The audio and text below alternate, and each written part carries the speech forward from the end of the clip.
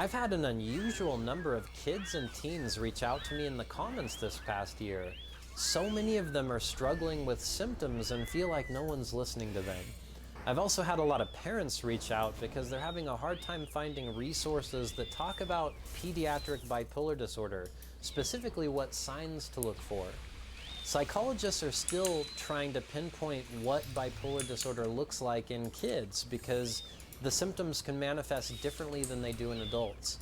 It's very common for children to be misdiagnosed and treated for things like ADHD or generalized depression until symptoms inevitably get worse. Keep in mind that bipolar disorder is a progressive illness, which means it can get worse if it's not treated. If you have any questions after watching this video and would like to talk to me, I'd love to help. There's a link at the top of all my video descriptions where you can reach me directly. So let's go over a few of the typical signs and symptoms of bipolar disorder in kids. Please know that this is very generalized and everyone experiences bipolar disorder in their own unique way. Just because you show a few signs from this video does not mean that you have bipolar disorder. It just means it's worth taking a deeper look at. If you'd like to make a list of symptoms that you experience as you watch this video, that information could be invaluable to a doctor. So bipolar symptoms are divided into two primary groups, symptoms of mania and symptoms of depression. Kids who are experiencing bipolar disorder will typically cycle between the two major symptoms faster than most adults do. Let's start with several different signs of mania because that's where much of a bipolar diagnosis stems from. The first symptom, which I experienced as a kid, was getting hyper-focused on a single hobby, subject, or project. I'd become literally obsessed with something like a sport, class, or a game where it would interfere in other aspects of my life. I'd be sitting in class obsessing about a hobby or a game instead of listening to my teachers. This kind of hyper-focus would have been great if I directed it towards my studies, but my hobbies were much more stimulating. I was basically chasing the mania. My interests always surrounded something that released dopamine or endorphins. I wasn't in the chess club, I was doing karate or playing the most intense video game that I could find for hours on end. The second symptom would be acting hyper over-the-top happy or being silly in ways that aren't appropriate for that age. An example author Devin Fry gave was being unable to sit 10 minutes without dissolving into a fit of giggles. This caused me to be sent home a lot from school for disrupting class. The next common symptom is being highly imaginative, like coming up with intricate storylines for toys and acting them out with over-enthusiasm. This can even include dark or disturbing storylines for characters too. Many parents see this as just being a kid, but when it turns into obsessive play, really dark themes, or playing so enthusiastically that it disturbs others, it's worth paying attention to. If you take a toy away and it causes a total meltdown tantrum, that's not typical behavior, depending on the age, of course. Take away a toy from a 3-year-old and they're not going to be very happy with that. If it's a teenager, the reaction could be excessive. Also, if the child is playing with toys using sexual themes, especially in public, that's also worthy of examination. The fourth symptom includes rapid speech, where it's hard to understand what's even being said or switching topics suddenly without even noticing. When I was a kid, I'd literally give my parents indigestion at the dinner table because of how intense my communications were. I had teachers assume that I had ADHD when there was something much bigger going on. I couldn't sit through a movie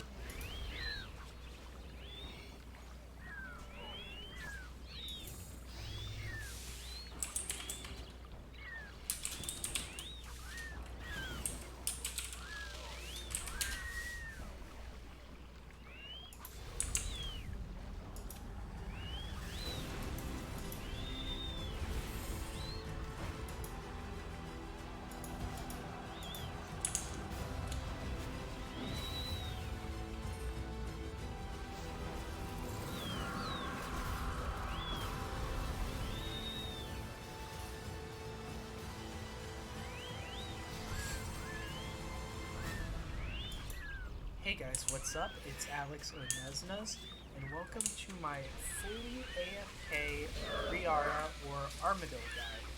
This guide will showcase using Revolution Plus Plus to fully AFK Armadillo and get as many kills per hour as possible with the least amount of effort. To start up this guide, we are going to be talking about the rest of this guide and this method, which is your revolution bar setup. This is an example of what your revolution bar should be if you're using a 2H ranged weapon. You want Death Swiftness as your first ability, so that can always be used whenever you have enough adrenaline, followed by Corruption Shot, Snapshot, Frag Shot, Rapid Fire, and more basics. If you find yourself struggling on food, you can move Sacrifice up the revolution bar so it's used more often. Looking at the dual-wield revolution bar, it is much the same, with the only difference being Needle Strike is used instead. Once you have the revolution bar you want set up, make sure you go to your settings and change the options so the revolution will automatically trigger thresholds, like I said, per item, and the rest sailfish. Behind teleports bring an arm automatically kill the minions once Armadillo is dead. I found this method very AFK, and barely had to look at my screen unless I was picking up loot or clicking on Armadillo at the start of the kill. My Soul Split and Amulet of Souls kept my hit points comfortably high, and if I ever got too low, I would just use my Enhanced Excalibur and never needed to eat any food. As for prayer, I barely had to drink much, as my prayer renewal and penance aura kept my prayer very high. In the hour, with my gear, I ended up getting 65 kills, all completely AFK. I didn't manually input any abilities or do anything special. This is a really good method and I enjoyed it a ton. Now we are going to look into how much money you can expect to make per hour AFK Kriara. At Kriara, I managed to get 65 kills in the hour. The wiki shows the average GP per kill as 110,000 GP. This means I was making 7.1 mil GP per hour over the long run, judging by the unique drop rates. However, I feel like if you're high level and use a more powerful aura like Reckless, you could probably get around 70 kills or so while AFK. As for the lower level setup, you can probably expect 45 to 50 kills per hour and around 5 to 5.5 mil GP per hour. This is a fantastic method if you're wanting to camp Kriara for the pet or get yourself some nice money from Armadillo items, as they have gone up a ton because of Armadillo components. I believe the Armadillo chestplate is over 10 million GP. Thanks for watching my guide, everyone, and if you have questions, feel free to leave them in the comments. Make sure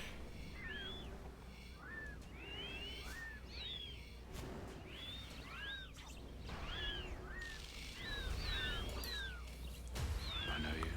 I know you, Snake Eyes.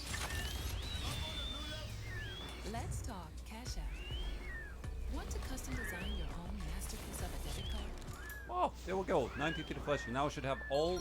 It doesn't say in here, but I have all the requirements to complete the Wilderness Elite Diary. So how about we do that right now? Can I claim any rewards from you? I literally. Oh, actually, 2 lamps. Okay. Now, yeah, I can't. Oh no, I can't even use an agility. No, that was my main thing that I was gonna use. Oh, 95,000 experience. Wow. I think I'm gonna go for woodcutting. Yep, that's a good one. Thank you. It saves like 2 hours, dude. I don't know. On Hellblood, Hellblood just goes up automatically. I'm literally gonna pick. Yep, I'm just gonna go woodcutting. Both. Thank you. What is that also? Wilderness agility course. Wait. Whoa. Will the agility course is Wardman camp as well? Okay, I'm gonna teleport to Fornity Dungeon, 18 Wilderness, and then you can just use the Winter Scroll to teleport the sword. Boom. And I'm no longer risking it. Okay, first of all, I'm gonna reset all the drops in here so I can easily see what we collected. Maybe it will show total loot. I forgot how this works. Oh, it's a one-shot. Oh my god! Oh, it's a corrupt Zuriels! Bro. Oh. Oh. Bro, just came! Just came! Just now. So there is a weapon that I can make, which is Revenant Bane weapon, but you need 2 corrupted weapons and also the same type. So if I get like 2 corrupt status Warhammer, it's actually not that bad. But yeah, that was not shining. That means the value was not above 1 million. But I just came and we already got something. Very nice motivation. And that's the difference between Corporal Beasts and things like Revenants, where it can consistently get drops over time if you kill them a long time. Well, I need Rare Renewal maybe. Wait, I need to... Oh. Brawling mining gloves. Damn it. Bro, I saw China, I was like, what the hell? But it's mining, I don't need that. It's like one of the skills I don't need. Smithing would be so nice. But okay, I forgot about these completely. Okay, immediately bank the sword. And bank the gloves. Wow. More deaths than drops. Oh, yeah. Oh, talking about drops. Here we go. That's a drop. That is a new, corrupted, beautiful Drang Scimitar. Examine this. Now I think free to play can also get them. What? Actually below high out price? What the hell? Oh. Goes on the body. What are all these things that I get? I mean, this is a good thing. Yeah, it's good like damage against revenants and stuff. But all the things that are shining, I always think like, oh, they will get maybe somebody else stop or something. No. It's a ghost body. Oh. Revenant broken handset. Okay. What is that? So just kill Revenants and that's it? Corrupt Dragon Blade Legs. Ah! I had to check. Oh, that's mine though. Corrupt Dragon Chambery. Oh, that's a new one. Man, now I'm getting drops again. Osbus. Okay, I really appreciate what you need. Oh my god. You need to... Oh no, the 120. That's literally the highest I've ever had in a single one. Okay, I'll do it after this one. I like myself. This should cover rent in the Oh inn. no, dude. Thanks for the decade of entertainment. Oh Cheers. my god.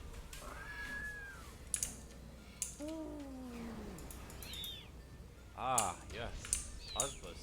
Wow, you are some crazy Floridian man. Osbus, thank you so much for another 100 euro. What is that? This is all your stuff, baby. It was shining. How much is it? 16 million. Bro, Osbus, you brought some good luck. That was some good luck chance. That's another item that I never received before. Oh. What is that? Huh? Bowling gloves? Cooking. Good. Because I am still 98. That was if I can play like second one. That was a picnic. Oh, what is that? Wait, it's shining as a note. Adrenaline crystal. 15. What? So 45k each. Imagine if I got corrupt status Warhammer, it would show up here as a status Warhammer, but it's corrupt. So I guess it still makes sense to make command.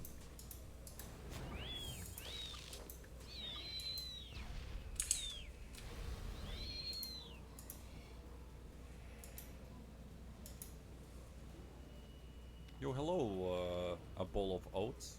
Yo. Oh, Leeson is here. Bro, what? I hope you did something else in the meantime. Of course you did. One hammer for you. Oh my god. Oh my god. Oh my.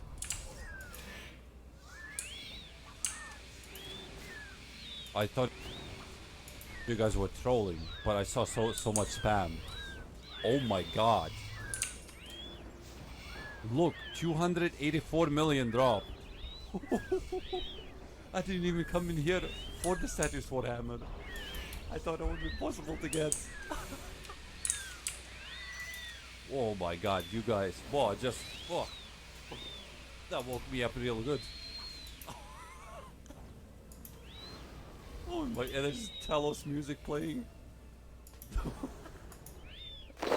Welcome to the club, buddy. Wait, did it broadcast? I think it didn't broadcast because I had my chat to offline, so other people couldn't see it. Wow, you guys, Wait, did anyone? I never asked this. Did anyone clip? I want to see. How did I Thank miss God it I'm even? always watching you even when I don't write. Oh, there we go. That's a status for him. Wow. I thought you were guys legit. Wait, I gotta bank this one right now, bro. Almost 300 mil drop right there. 284 million. Look, my bank value. Ooh, we got a PK logging in. Get off me, pal. Wow.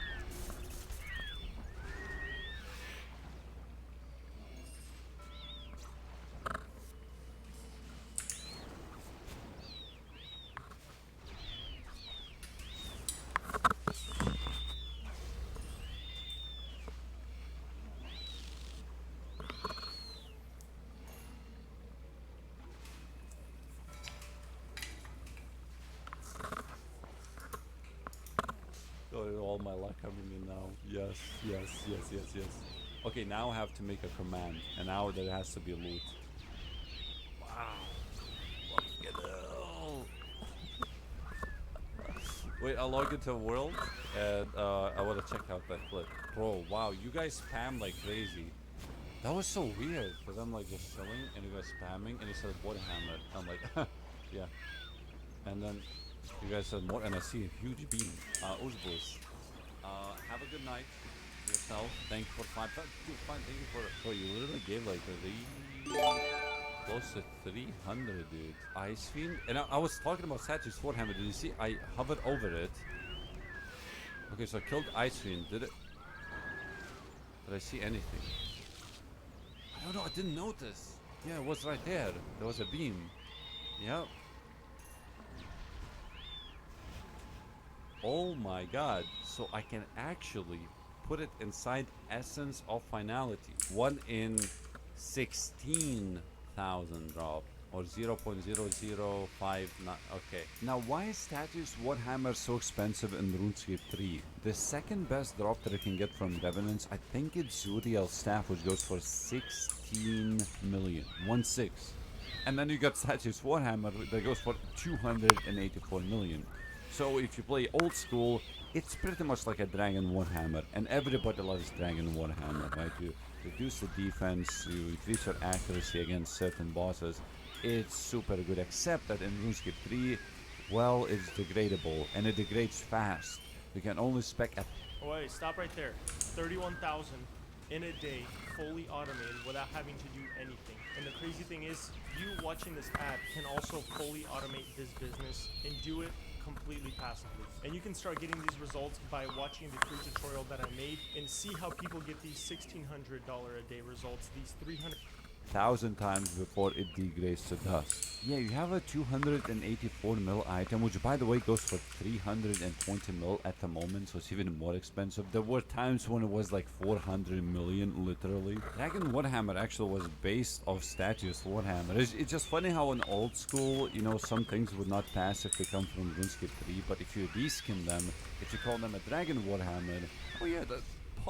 Anyway, there's actually a way to make Status Warhammer to have unlimited charges by completely destroying it and putting into Essence of Finality Amulet, which also costs 250 mil or so. In other words, if you want to have unlimited Status Warhammer, you need to spend like 500 million. Quite a lot of money. So if you put it in Essence of Finality, if you remember, I put Dragon Claws. So I think at some point I will override those Dragon Claws. I'll put the Status Warhammer instead, completely destroyed, but I will have infinite Warhammer specs. It's gonna be great at Telos, at next AOD, maybe Yakamaru if I do it in the future. I think Morago too. I don't really know. Basically, a bunch of bosses can benefit, even like Halfa King and stuff like that. So that's why exactly why it's so expensive. It's actually the only drop that is broadcasted from Revenants. Now mine wasn't because I had my chat off, thankfully, because nobody knew which world I was in because I was streaming. And well, anyway, let's continue with the video. Let's see what else I got. How many collection log items I have filled. Oh, Corrupt Dragon Mace, bro. What is it with you getting these specific drops that I never gotten before? That's another one filled. Ooh. Blade skill.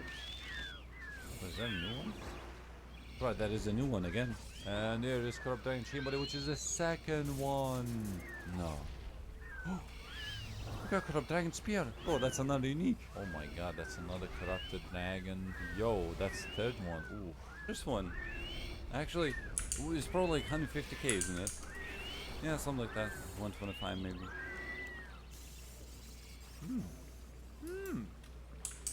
Whoa.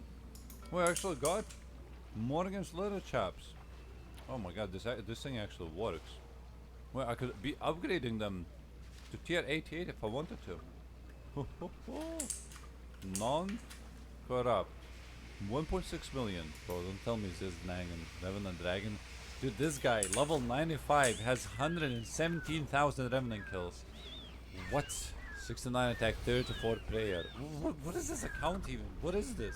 Well, this account right here has 117k Revenant kills. Yeah, there was a lot of stream snipers in the beginning. Now it calmed down. When the peak time went down, stream snipers also. Oh, Surya, oh baby.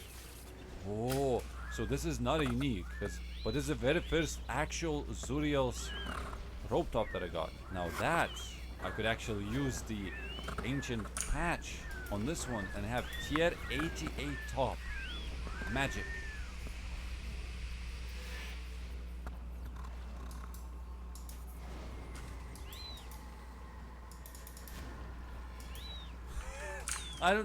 Guys, I don't know the interfaces.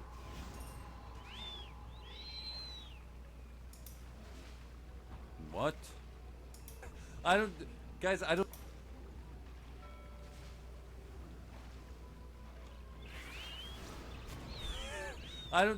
Guys, I don't know the interfaces.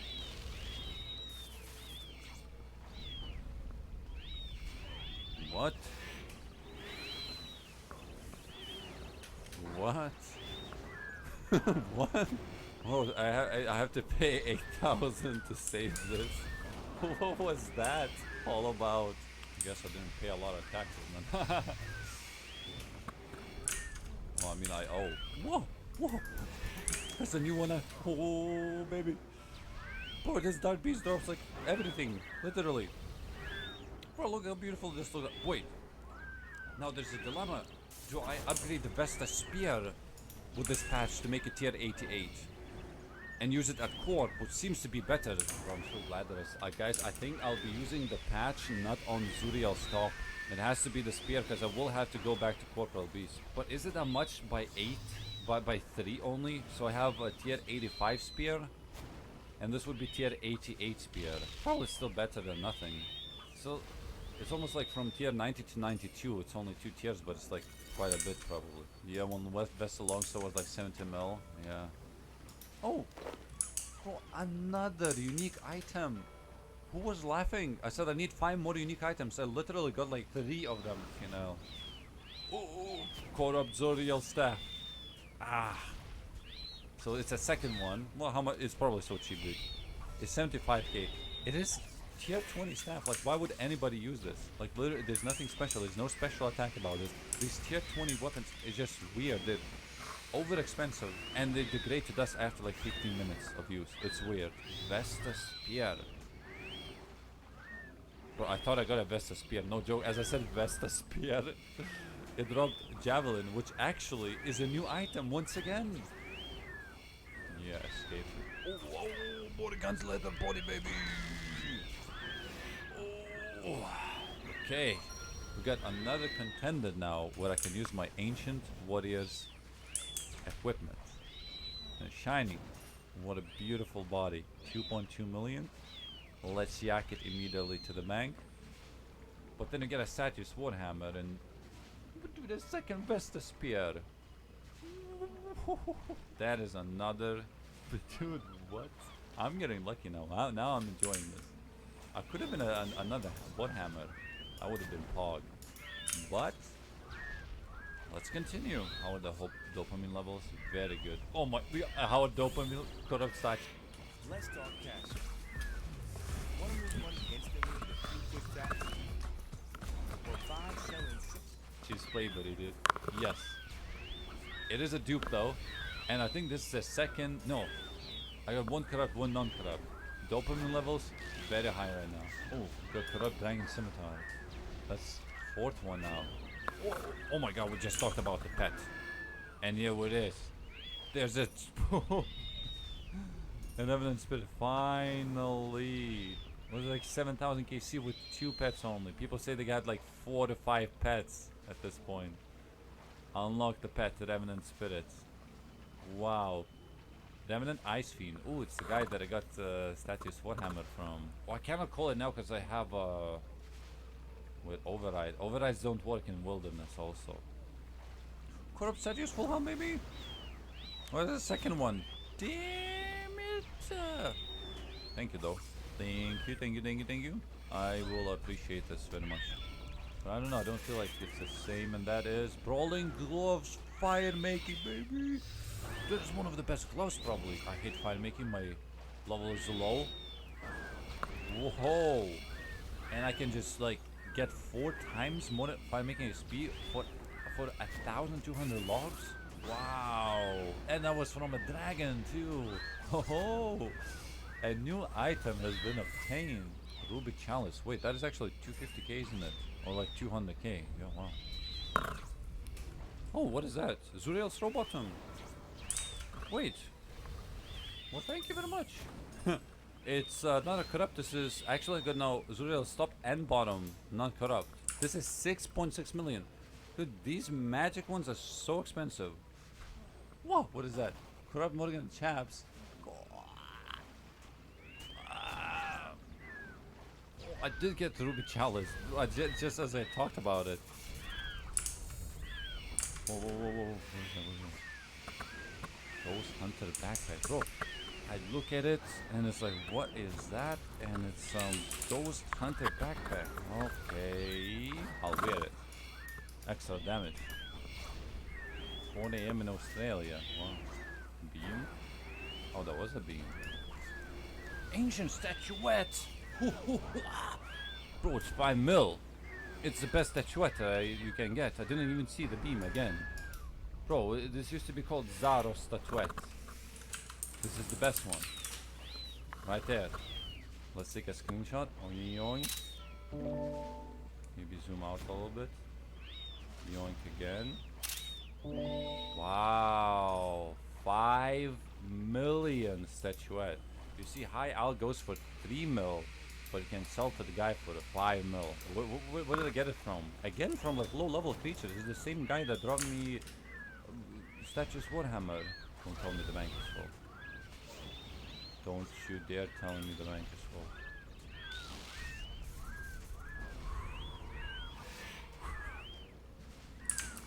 Too many items, what can I say? This guy very high level, he actually drops quite often. Oh my god, it did. Zuriel's Hood, baby! That is a new, unique item. I said this guy can drop, and it was a Zuriel's Hood. No way. Hope it will be good. Wait, how many points was paid out? Why didn't I go for 30? You're too tired. Oh my god, Zuriel's top! How can I end this? What is this, dude? A second full top? They're so expensive too, bro. They're like literally 6.7 million. Oh, guys, I'll do something right now. That's gonna be, you're gonna be thinking like, what? He's crazy. Time to increase the bank value, ladies and gentlemen. We currently have 3.656 billion.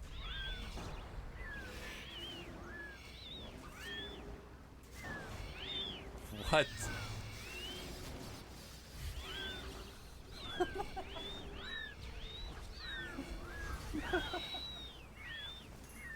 What was that? What?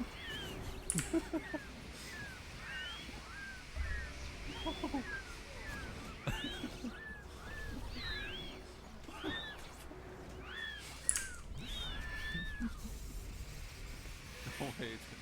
Okay, let's go back. Let's rewind. We only got 3.656 billion in the bank. It is time to increase. There's one problem. I don't have any more energy right now. No, just empty charges. Basically, I have no charges. Oh no. Okay, so we're gonna take this spider leg right here. And you may be thinking, uh-oh, is he gonna do it? And yes, I'm gonna do it.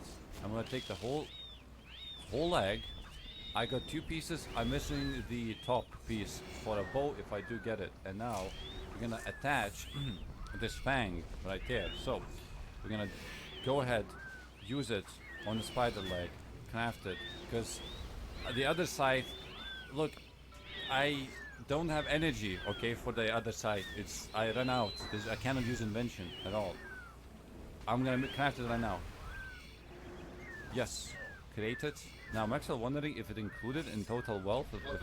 If I do something like this, it did 3.8, almost 3.9 billion. And I'm gonna take this scythe right now to will the. Dude, if this attracts more people, guys, don't come. You know I'm not gonna get skulled, and I have prayer protection on. If you come, you're literally, there's something wrong with you. Almost one shot that one as well. Do I know you? I know you, Snake Eyes. My friend used to pay $163 for car insurance. Now look at how much he pays. $28. Most insurance companies are ripping us off. They don't want us to know. You saw that? Just one shot. Rebbane more like get on tier 90 lane. Oh my god, dude. From M again. Where's Zuriel's top now? This dragon scimitar. What the hell? Now I want to kill imps. I didn't put it in yet. No. Oh, we got a pet baby. Is that a pet for real? Revenant spirit. Yes. You see, it's 3 it shows, so you have to unlock it to show 4, yeah? Pyre Fiend now unlocked. Whoa. Oh, no, that's what I mean.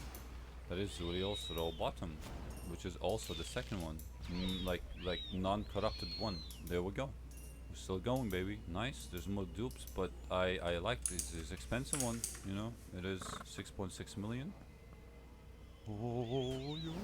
1, 2, 3, 4, 5. 5 left. How to pronounce koi. Okay, that's YouTube though. They are really bad. Like literally, it seems like what is that? Bowling gloves range. Get out of here! I don't need these. Koi. Okay. Qua. What? Qua. Wow. What against quaff? No, literally it says coif. Pronounce audio. How to pronounce coif? Quaff. Okay, wait. I'll go to another dictionary. Dictionary.com. Okay. Quaff coif. Literally. Quaff. That's what it says. Dictionary.com. You click to play. Try it yourself. Quaff. Quaff. Morgan's quaff.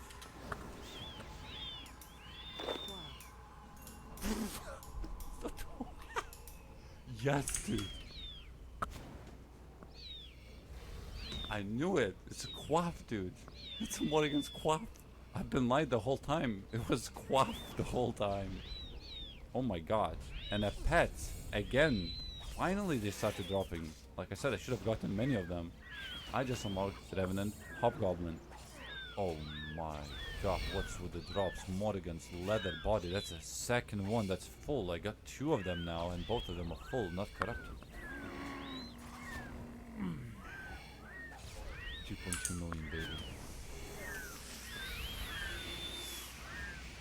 Oh, yes, the dopamine. Oh, I got a fix. Oh, the what? Wait, did I have it? Damn it. Alright. If you're actually wondering, you know when you kill revenants and you see those tiny coin pile drops and stuff like that? It's not that many, right? It was like 2.5 mil or so that I missed, that I didn't pick up. So I got 4 enhancers, 4 remnant spirits. Still too low, I feel like. Got prayer gloves. Did I include it in the video? I think I lost a clip, I don't know. But yeah, that actually will be usable because I am 98 prayer, and by the time I use it, I think I will not still get to 99. But if you're wondering how the whole tab looks like, this is at the very bottom. Yeah, it should, all of the drops should be right there. We've got 3 Vesta Spears, and again, I may have missed a couple big drops. I think I missed 1 Vesta Spear. I did not show. I'm not totally sure. Wait, let's actually examine this one. Okay, it's still the same price as it was. I don't know. So we've got 1 Serene Statuette, which actually I'm gonna take all of these. We're gonna exchange them. Ancient Statuette right there. All these sort of dominant carvings and ruby chalices and amorphous, whatever they call the armadillo totems. So I'm gonna talk to this guy. Currently got 29, pretty much exactly 29 million. Sure, I can do that, and this will go all the way to 37 million. Now I'm gonna open the collection log and I'm gonna explain this for the last time. You see these Zuriel tops, you see it's level 78, yeah? Level 78 also, but all of these are level 78 if they're not corrupted. You can actually upgrade them to level 88, which is almost like the maximum tier. Like you have like Tectonic, which is tier 90, then you have Superior Tectonic, which is tier 92, and that's the maximum that it can go. But you can make tier 88 by combining one of these patches. And to this day, I still don't know where I should use it. should I use Door Magic? Because currently, let's say, this is my gear that I use at Traction, let's say, so I got Subjugation, been using it for the longest time, literally had no upgrades. It's level 70. I could make the top go all the way to level 88. But then again, if I do plan to camp Corporal Beast, I have this Mizuari Spear that I've been using, which is level 85. But I could also use the patch on a Vesta Spear, which would make it level 88. But it's only 3 levels. Compared to Subjugation goes from 70 all the way to 88. And Spear is only 3 levels. So I have a feeling eventually I will be using some. I'm currently not doing any quick decisions. I'll talk with the chat. Maybe you guys can leave comments on YouTube. I'm not sure. Still, I have only one equipment pack.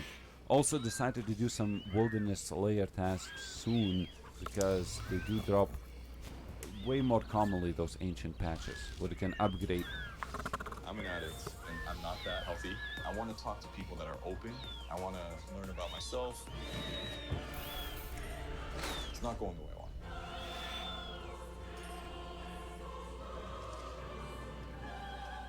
Wow, look at that. 5.6 mil. Well, barely enough nature runes. It's gonna be, yeah, okay,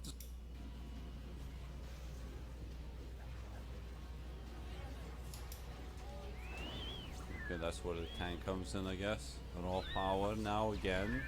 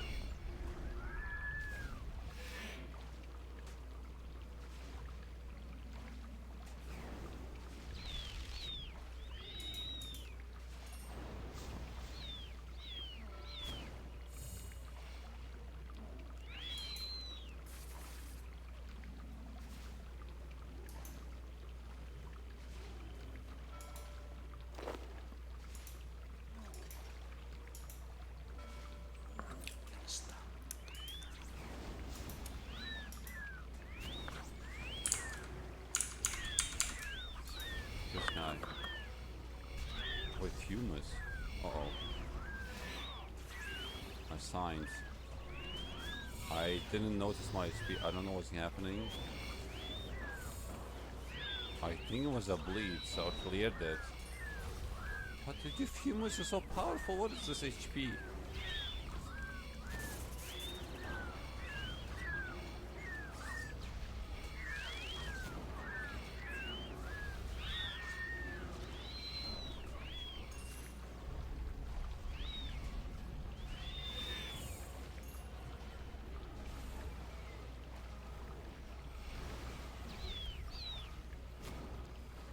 I see that no one's attacking it, like multiple people are not.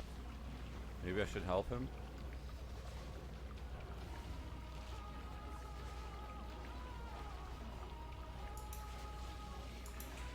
Lacey's first. People said I wouldn't play in college. They said I wouldn't go pro. But my family...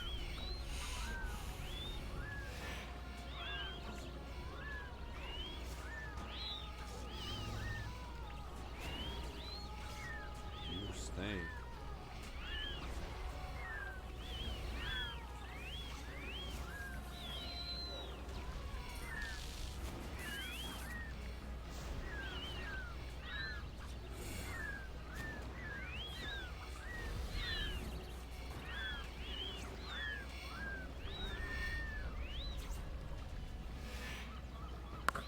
Consumable Umbra Smoke.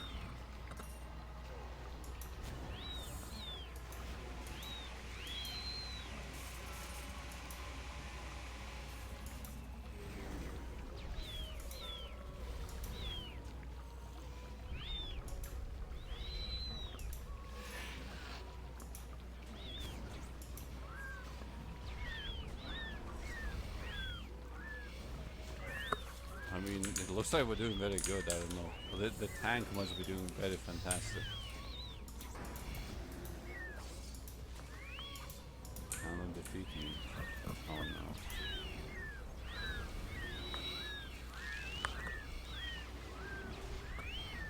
Oh no.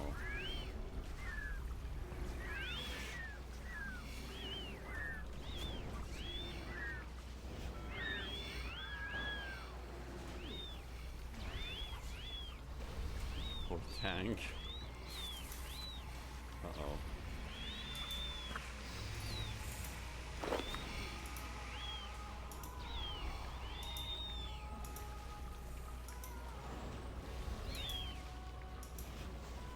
So it becomes much harder, it seems like, at the very end. Damn, what is this typeless damage? Next mark you to take full force of the elements. Okay. No, don't kill me, please. Damn it!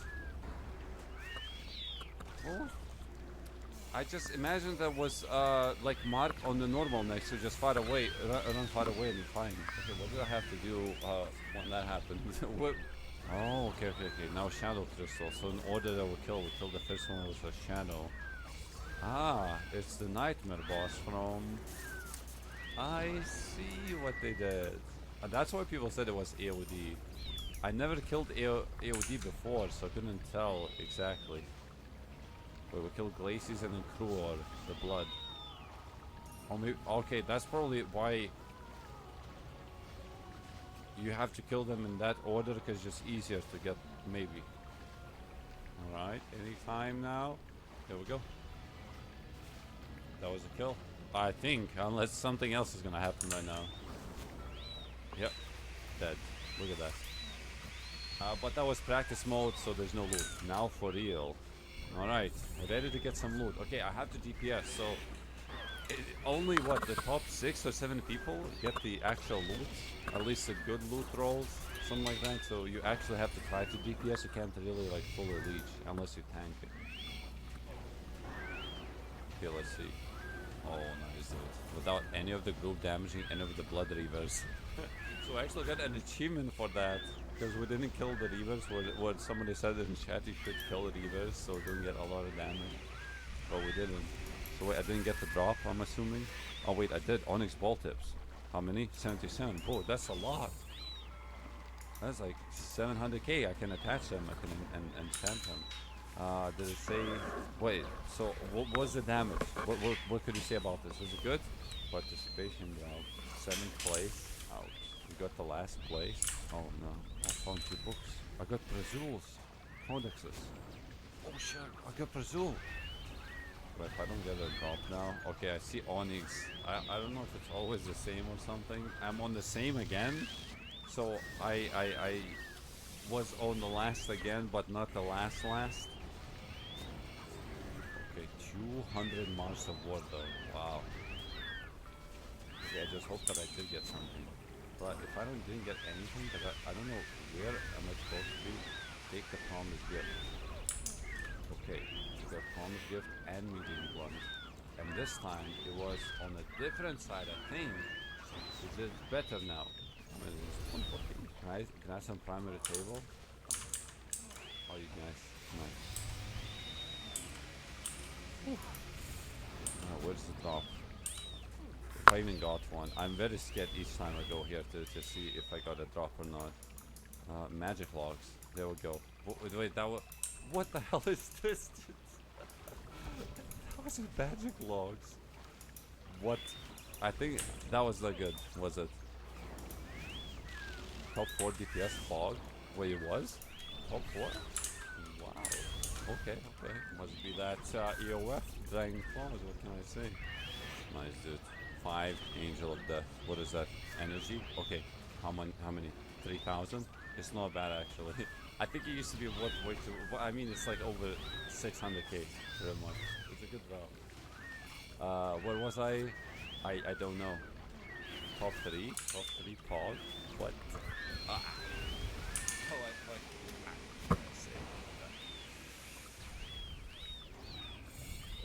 Hey, guys, one day I may make like AOD guide if you wanna know how to get to top 3. I don't know. That's for later maybe. Must be those EOF D-class. I don't know if we're doing one more or not.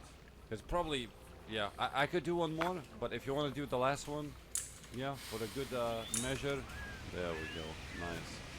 And that was the maximum. What is this? Banite Stone Spirit? How many? You better be, bro, come on, top 4? Happy laugh. Well, I don't get it. What's somebody said top 4 was okay for me, and then happy laugh. And then Omega Lol, and then Pog. Top 2. Okay, I wasn't top 2. Oh my god, we got this Ammonic Essence, baby. What did I tell you, Captain Chicken? Huh? I told you we still got 4 kills to go. Let's talk cash. Want to move money instantly with a few quick taps?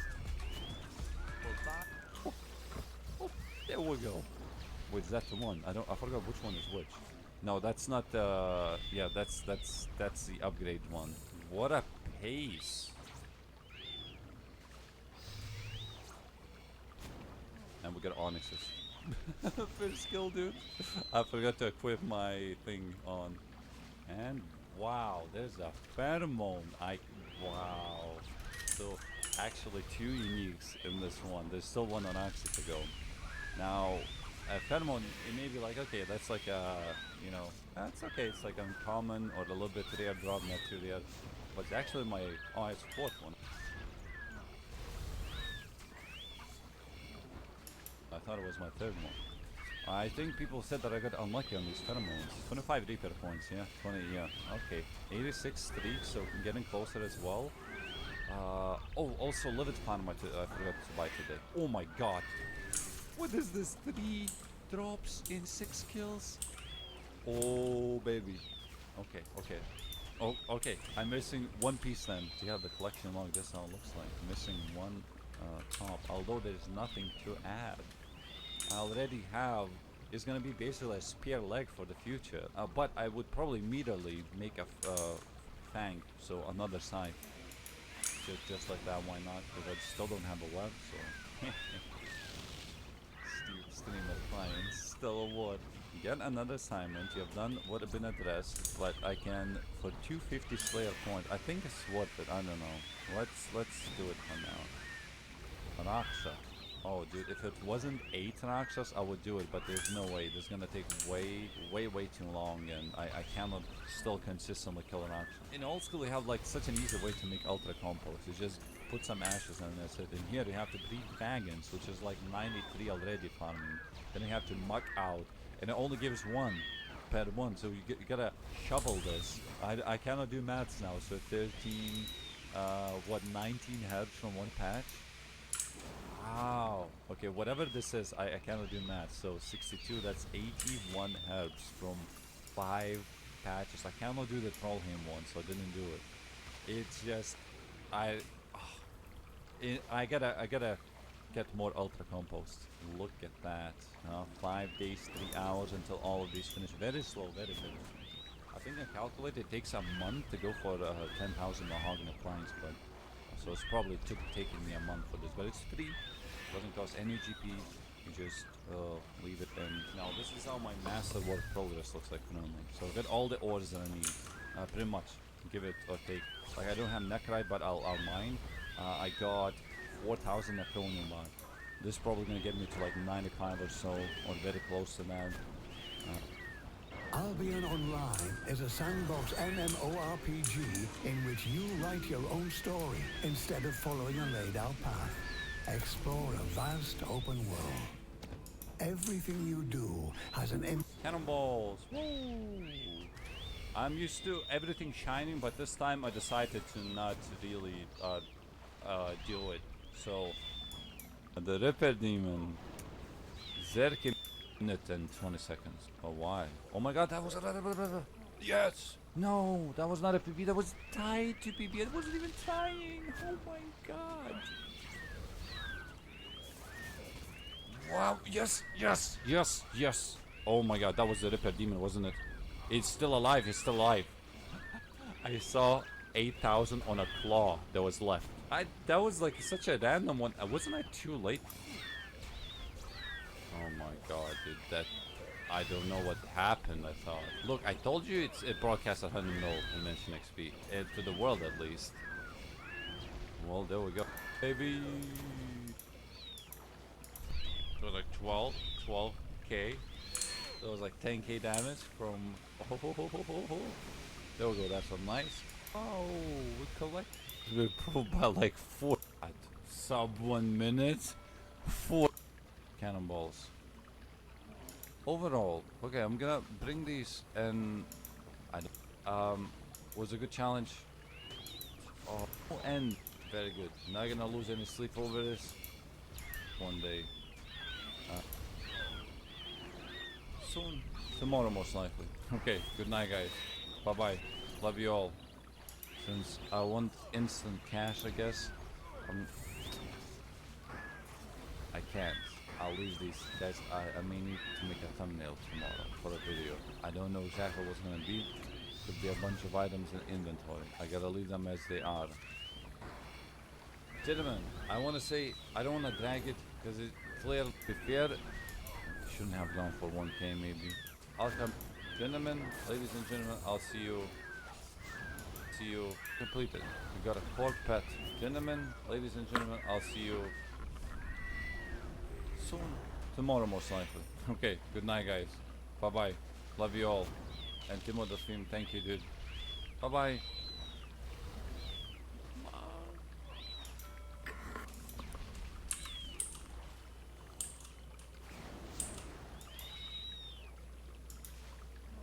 Hello everybody. Today is going to be a very big day because I'm going to be trying to fill in the collection log for General Grador. Currently I got 14 out of 18 items and I want to do it today. So today I'm doing a live stream which probably ended by the time this video was uploaded. I cannot end the live stream until either 24 hours are up or until I fill in the Bandos collection slot.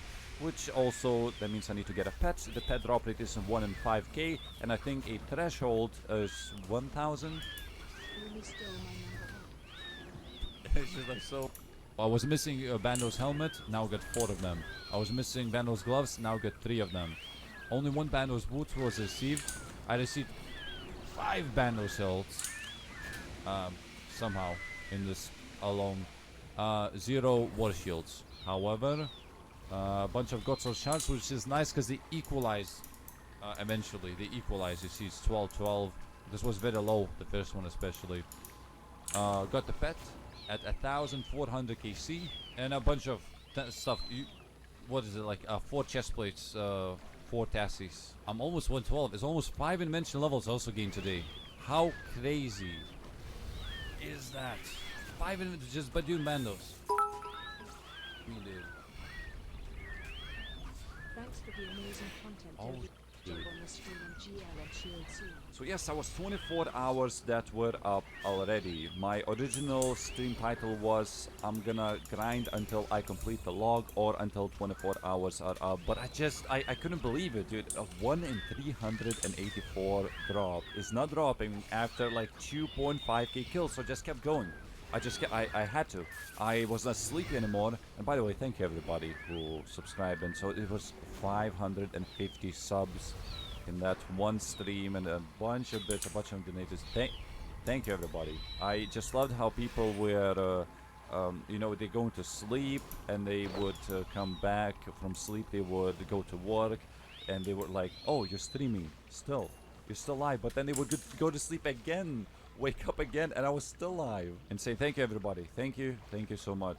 And well, let's continue because it's not over. Still don't have that shield. Let's see how it went. You see, when you complete the full log, you unlock the title, Strength of the Augurs. I will wear it with pride for months until actually I get Ziliana. Maybe soon, maybe in a couple of weeks or something, I'll decide go with Ziliana. Who doesn't like moaning? Yeah, who doesn't like moaning? At least it's not Kriara, yeah. Kriara bird sounds. Bird sounds all the time. Possible. Whoa, what is that?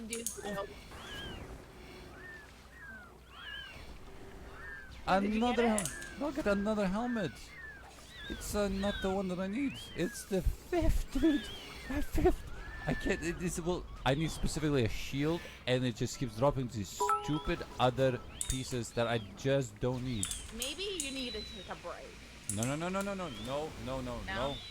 need encouragement. No. I have a chat. They're very.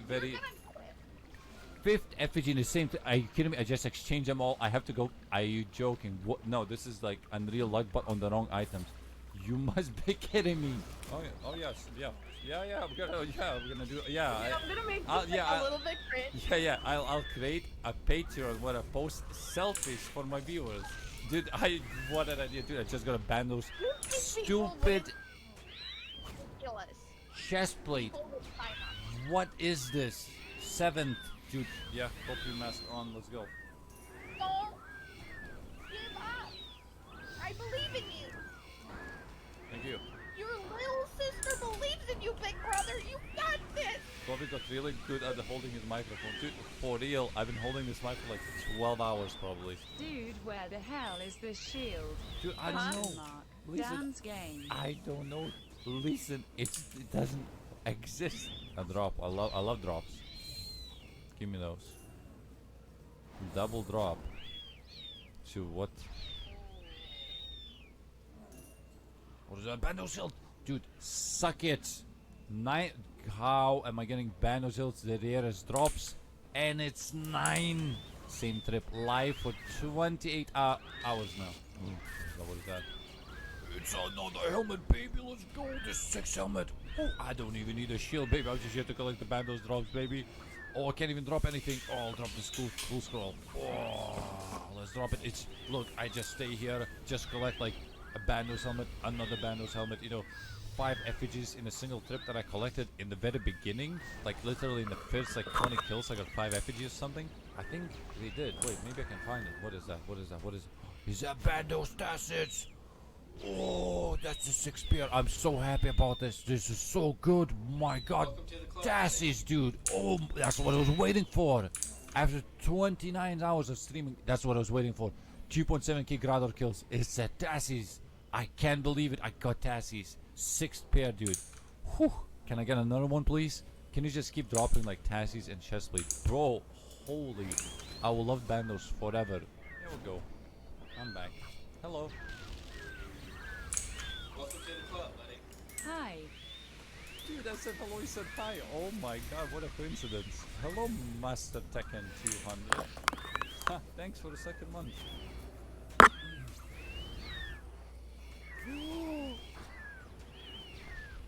It happened, dude. Oh my God, what's up time? Oh my God, dude. Oh, thank you, the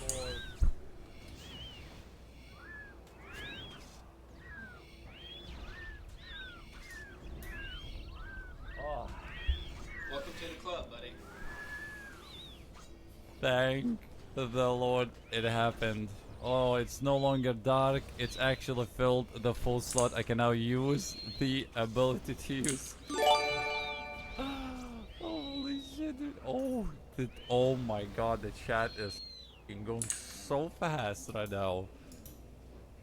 Strength of the Augurs. Finally. Where is that band of shield? Wait, let's try back to back. Oh my god. Let's teleport out. Let's get out of this place. How long did it take to complete this? You know what? In fact, Go to bed, Grandpa. okay. 2772 kills to get this stupid Bandos War Shield. I'm gonna just destroy it immediately. No confirmation. Is that bad? No, not even confirmation screen for this one. How long have I been alive for then? Oh, it happened. Oh, only took 29.5 hours to do this. We could just call it 30 hours it took me to do this then. Okay. I think maybe it had broadcasted actually. Yeah, actually did broadcast. And Dovidux has accomplished the 5-star general feat. Oh, actually broadcasted to the world. 30-hour challenge, you guys. Oh, this is perfect time also to go to sleep, like 1 a.m., 2 a.m. or something like that. Poppers Toby do Jesus, my man are insane. PLS sleep now, get a good rest, my guy. Rat jam and rat jam. We rat did jam. it. Dude. Welcome to the club, buddy. Thank you, Clips, for 500 bits, dude. Valence on RuneScape for 200. Get some sleepy legend. I will. Right now, you saw how I got like very exhausted. I don't even know what I was talking about anymore. Even though stream is 30 hours, I've been away for 34 actually, because I started streaming later. Strength of Augurs. I will proudly wear this. So this was Brawn of Tsutsarot. This is the one that I was wearing for the longest time. This is when you complete the full 290 hours. Congrats, Dovey. 90 hours, dude. To complete this log, it took me not that long. It took me 999 exactly. Not even 1,000 to complete this full log for the Brawn of Tsutsarod. But for Strength of the Augurs, I can apply this now, and I can wear it proudly for now, because this took me way too long to get this one. I'm gonna examine this for the last time. 2,700. Keep in mind I haven't slept for like 34 hours at this point, and 30 hours was on stream forward before the stream. This is what I collected. Some of them were destroyed, like Manos Chestplate was destroyed, Manos Sassis were destroyed. I'll have all the helmets, probably all the gloves. Maybe I destroyed a couple. Banner's boots probably not so much. I destroyed them, and the shield is just gone because yeah, I don't need it. Took me way too long to get it. I had to get some revenge. Just spit on it. Destroy it. Congrats, Dovey. Thank you for providing content for RuneScape to the community. No problem, dude. It was very fun. I wanted to show you guys the total loot. So this is what I started with. 3.7 million here, and I collected all the way to 15.8, which pretty much 16. And I opened the instances myself, so I paid 200k. I didn't like glitch them out. I just paid each time I went in. So it's finished, guys. Finished with 1,000 Limford Truths, over 1,200 magic logs, almost 100 Snapdragon Seeds, bunch of blue charms. Outer bones. Now keep in mind 20% or so I initially banked, but eventually I started saving because I noticed all of them are stackable, so it didn't really matter for me, you know. I just kept going with this, and same with like, didn't get too much Dracolit, but there's a lot of coldstone spirits and so on. I had only 3 potion reservoirs left as well. Thank you everybody for coming. I really appreciate everything, gifted subs and bits and donation, and just being here. Like I said, the coolest thing was people who go to sleep, go to work, and they come back to check into me how it's going. And like, again, it's gonna happen again, maybe not to this extent, I don't know, at Saradomin later. You were insane. I slept twice and you're still streaming. That's what I meant. What a champion. That's what I Respect meant. and rest in peace his laughing face. Dude, that's exactly what I meant, dude. And, Hey. I tried to raid you one time, but you had your chat on followers only, which I understand. I mean, you got like 2K people watching. But yeah, I'm glad you still have that dollar, man. It was great. I talk about stuff like that with description. Alright. Awesome. Guys, okay. Thank you very much, man. Have a great rest of your day, and best of luck on RuneScape 3. Okay, I will rate him. And guys, to you, thank you everybody. Kisses to everybody. I love you, and I'm gonna go to sleep right now. Hey, Rex with a 2-1 sub to Okay, a guys, friend. love you. Samurai Bow Rex, thank you for your generosity. And friends, welcome. As we go deep into each other's souls, yeah, just let it happen. Feelings check. When you think about love, joy, sadness, what part of your body does that come from? Memory goes here.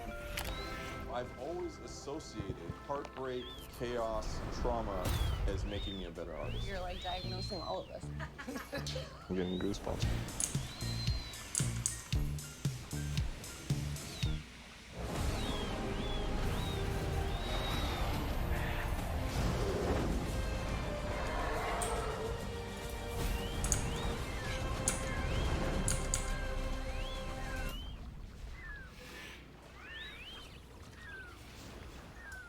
$300k charges, combined with the bonus that we have currently this week, where the charges, I think, 50%.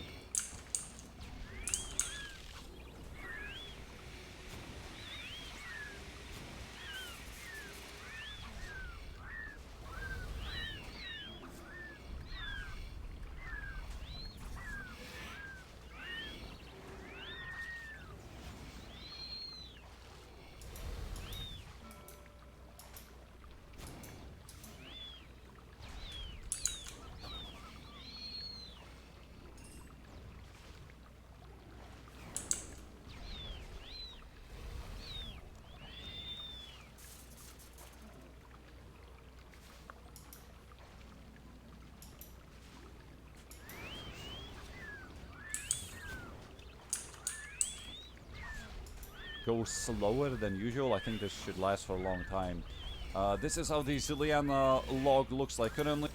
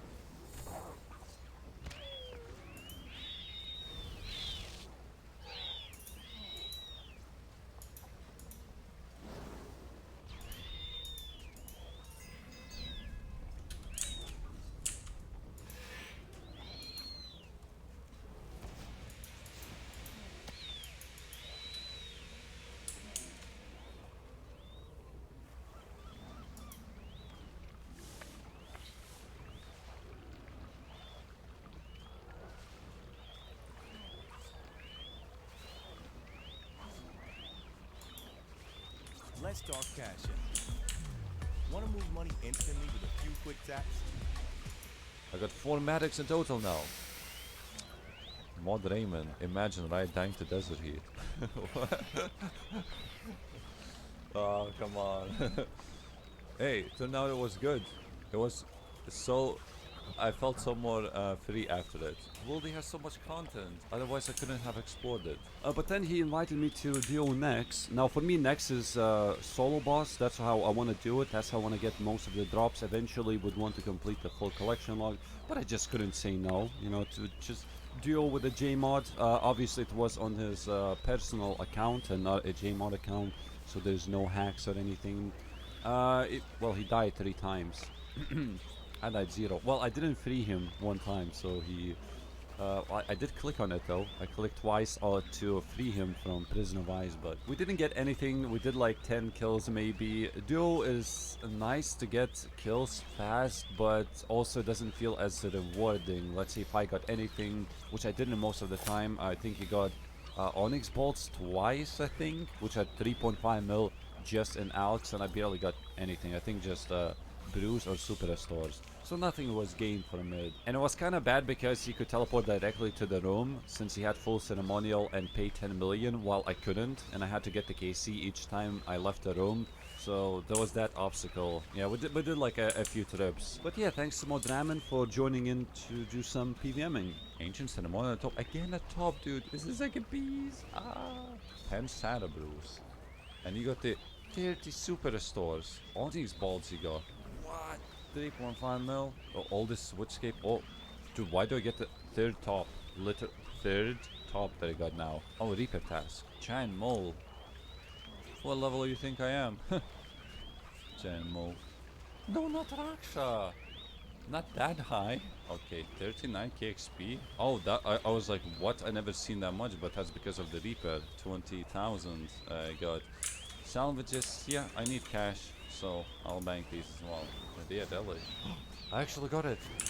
Oh, that's like 1 Onyx that was spared his life. Is not gonna be out. It's a rare relic. 1 million. I don't know.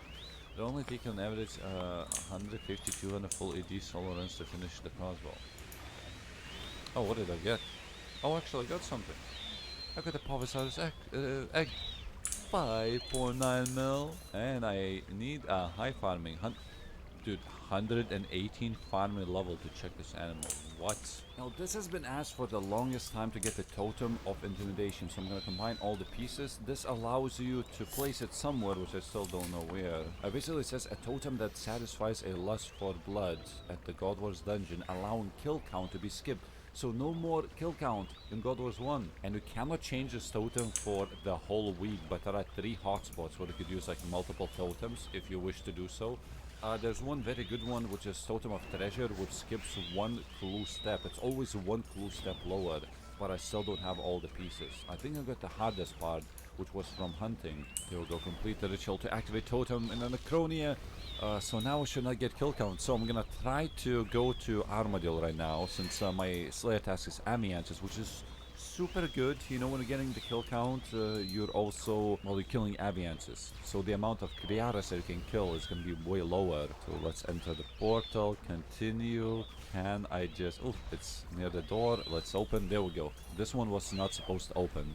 So yeah, just go in like this, no more kill count.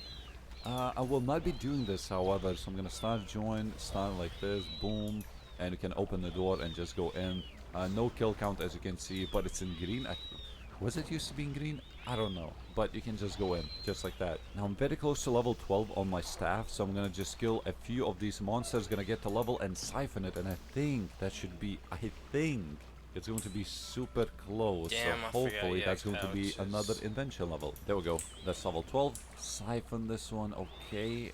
No, 621k. I'm missing 20k. Hair protector. What is that? Use protector for a hair patch to protect it from death or disease. Oh, just like a single patch. So I boosted my invention, and I'm gonna get a little bit of XP like this. There we go. And that's gonna be a level. That was a lot of XP. Bam, look at this. There we go. Look, by just unlocking all of these, I I'm only 446k away off a 93 invention. Now I will be using overloads more today, but there are just a few things that I want to take care of. First of all, whenever I want to make a new augment, and I feel like I may do a little bit of Bandos today, because otherwise I have to use Elder Rune when using melee, and it's good, it provides a lot of defense, but it's non-augmentable. That means I'm getting barely any divination or invention levels.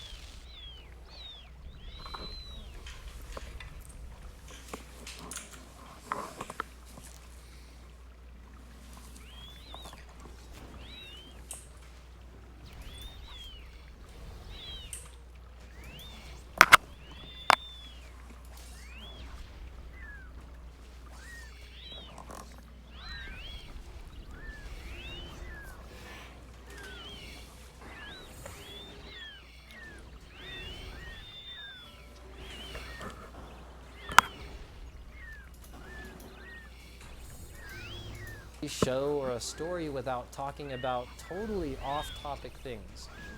So, moving on to the fifth symptom, hypersexuality is a symptom of bipolar disorder that many doctors fail to mention. Teenage hormones are so normal it's become a cliche, but if there's a preoccupation with sex, like talking about it at inappropriate times, acting on urges in public, engaging in risky sexual behavior, or even age-inappropriate behavior, there could be a problem. I have an entire video dedicated to hypersexuality if you'd like to learn more. Now for number 6. An embarrassing symptom I had as a kid was temper tantrums. I would get so angry I couldn't control myself and would exhaust myself throwing a tantrum. This was usually over simple things that normally wouldn't bother my brother at all, and that said a lot. It was really stressful on my little mind and body as a kid to experience such strong emotional responses like that. I know many people think of mania as this happy, feel-good state, but that isn't always true. Many people experience what's called dysphoric mania, or mixed states, where they can feel manic, but also crawling out of their skin with anxiety. This can majorly impact symptoms like unjustified temper tantrums. Sometimes not getting a toy the child wants is just a trigger or a reason the child believes is causing the underlying feelings of anxiety. It might not have so much to do with the toy at all and more to do with the child being symptomatic at the time. I would also get extremely upset when a small problem or disappointment would arise, much more so than the typical kid. I remember breaking down into tears over a simple homework assignment. I'd throw an over-the-top tantrum if I didn't get my way, or especially if it was something I was looking forward to. This wasn't me just being a bratty kid. The way I'd experience disappointment could physically exhaust me, and I'd be shaking for the rest of the day. It was enough to raise eyebrows with my parents. So the 8th sign of pediatric mania is a really big one, and I saved it for last. Sleep was a major issue for me as a kid. Trying to get me to take a nap was painful for my parents. I'd have a hard time falling asleep and would find any excuse to get out of bed. Lack of sleep can cause a bad crash and the cycle can just start over again. Sleep is probably one of the best metrics to gauge bipolar symptoms. A sudden change in sleep patterns can indicate that there's an episode starting. So all of the things I've mentioned so far help paint a picture of bipolar mania, but there's a lot more. I have entire videos dedicated to symptoms like mania and depression if you'd like to expand on these topics. Speaking of depression, let's jump into some of the common symptoms kids might display. First and foremost would be feeling sad for no apparent reason at all or being unusually weepy. Now, we're talking about teenagers here, but there's a difference between being upset because of a high school breakup or a bad grade and being unusually sad over things that typically wouldn't bother the average person that much. This is where the outside observation of friends and family are so important. When I'm symptomatic, the little things that trigger me seem illogical to others, but for me, it feels like it's the end of my world. The feelings are so damn real, it's scary. It was easy for my parents to dismiss my reactions because they simply couldn't relate to them. Having my feelings dismissed when they were so real was devastating in ways. If parents can look past the external behavior to see a child who's confused by their internal suffering, it helps to not take the behavior quite so personally. Moving on, the next sign of depression would be excessive sleep. If a teen is sleeping until past noon on a weekend, even with something fun planned that day, something isn't right. Using a phone app or a journal to document sleep and mood patterns over time can be such valuable information. I can't stress that enough. The third sign of depression would be a sudden change in appetite. Extreme eating habits like eating too much or losing weight quickly from not eating enough are important signs to watch for with bipolar disorder. Some people turn to food as a comfort when they get depressed, causing them to gain weight. Others might lose interest in food holistically while depressed, so it's important to take note of any sudden change in weight or appetite. Moving on to number 4. It's amazing how much depression can manifest physically in people. Kids might complain of frequent headaches, stomach aches, or even miss school from the emotional stress of symptoms. Stomach ulcers at a young age can also be part of this. If your kid keeps getting sick while no one else in the family does, it's worth taking a closer look at that. Number 5 is a big one, and this would be a sudden loss of interest in activities that we usually love. I was very passionate about my hobbies and socializing when I was a kid. If I'd get depressed, I'd lose interest in all of that. I wouldn't want to go to karate class, or I'd cancel socializing with a best friend. This was very unusual for me, and my parents would always ask me what was wrong. It was hard for me to describe something I didn't understand myself, so my reasons often didn't make sense to my parents. I have an amazing video titled "What's Wrong with What's Wrong" if you'd like some tips on approaching someone when they're obviously suffering.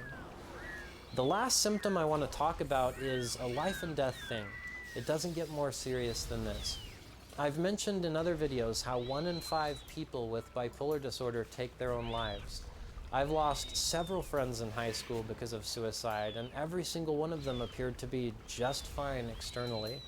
It was always a massive surprise when we'd lose someone. Sometimes parents forget how nasty it is to be in high school or elementary school. A big wake-up call for my parents was when I went on a walk with my mom one day and I kept saying things like, "I wish I wasn't born," "I'm a bad person," "People hate me," "I'll never succeed at anything in life." Things like that aren't typical things that a happy kid is going to say. These are major red flags for parents. If someone is suicidal and you mix in teenage hormones, some social pressure, a lack of sleep or food, maybe some drugs and alcohol, things can get bad really fast. I know it's hard to sort through all of the information out there and make sense of it. If you'd like to learn more about bipolar disorder, my entire channel is dedicated to the topic, and I hope you feel very welcome here. If you have questions or need support, let's chat. I'm always honored.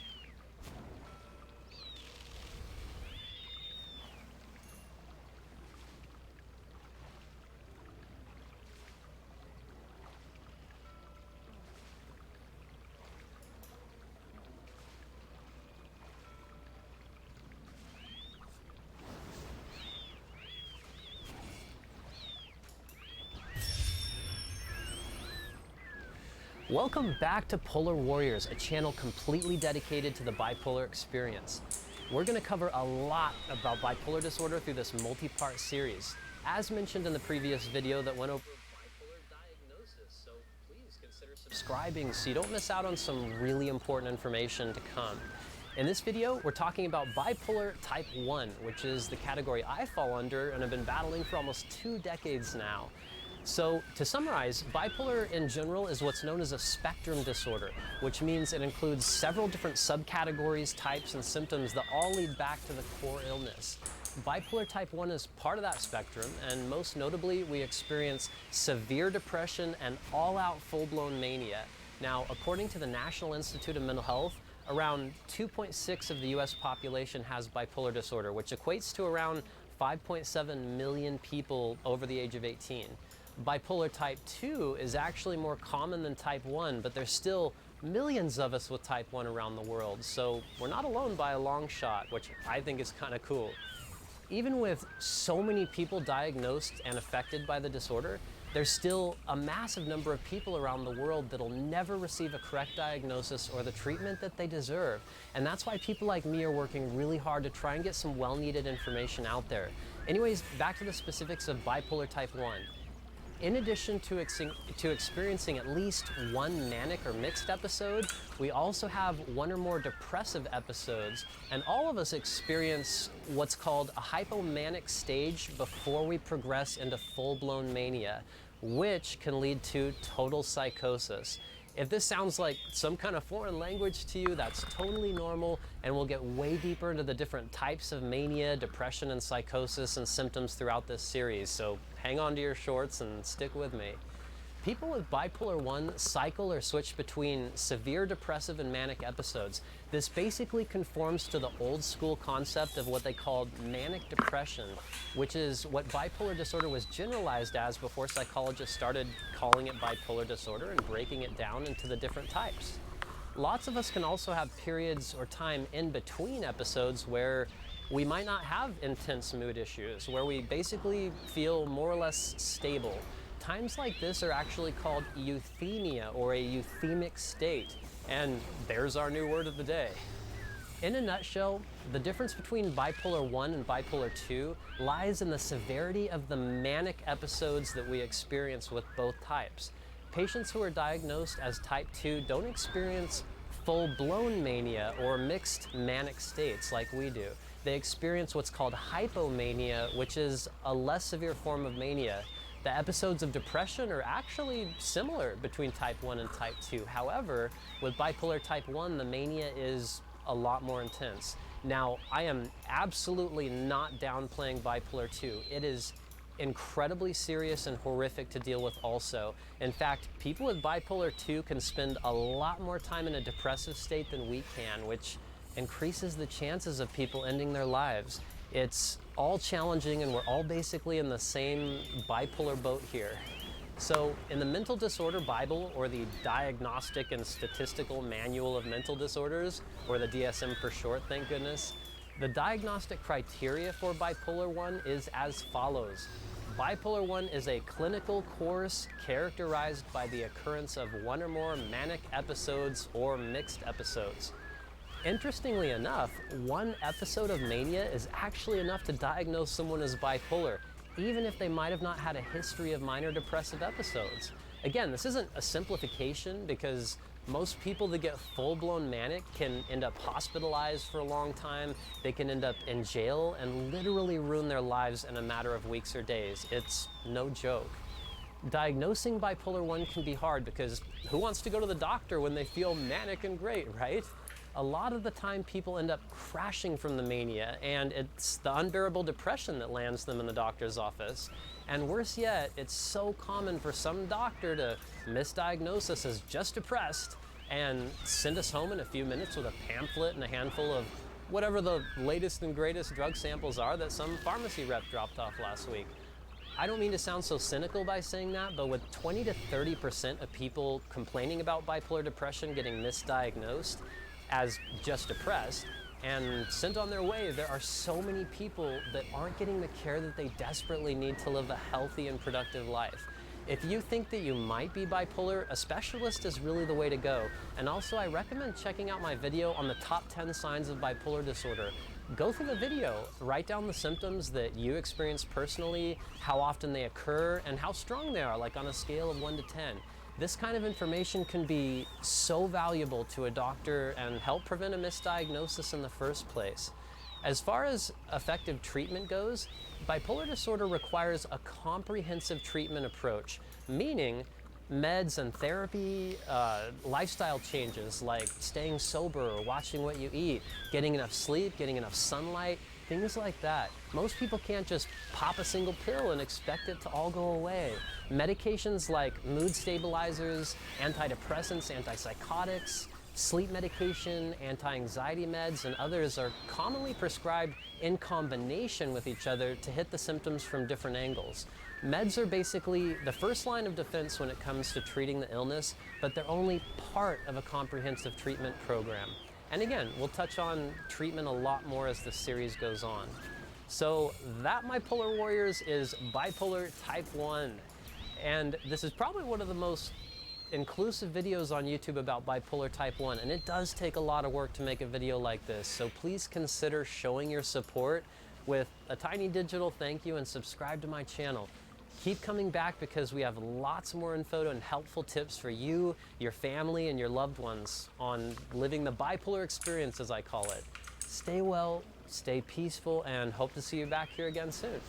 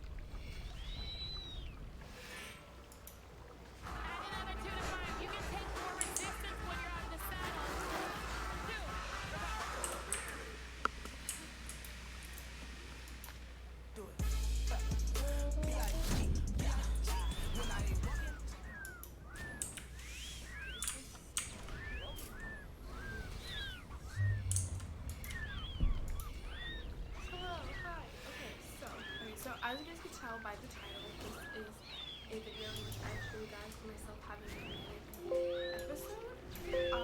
So obviously, like right now, I'm not like super duper crazy manic where I'm having like a crazy episode. I'm just almost normal right now, but a little while ago, like it was nighttime, and I got really, really manic, and I thought to myself, or I had this genius realization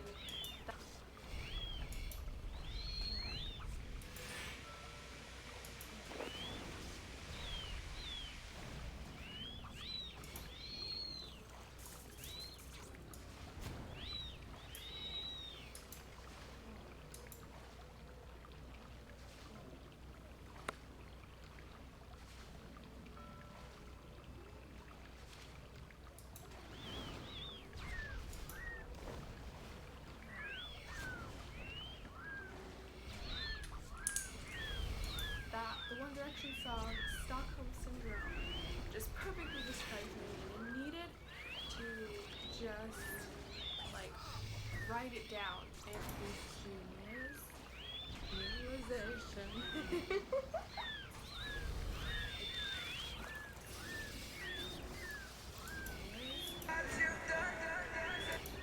Stop talking about it. I'm describing it. So why I needed to do this. So I just came to, so I was just shuffle playing my music, right? I was shuffle playing it, like anything.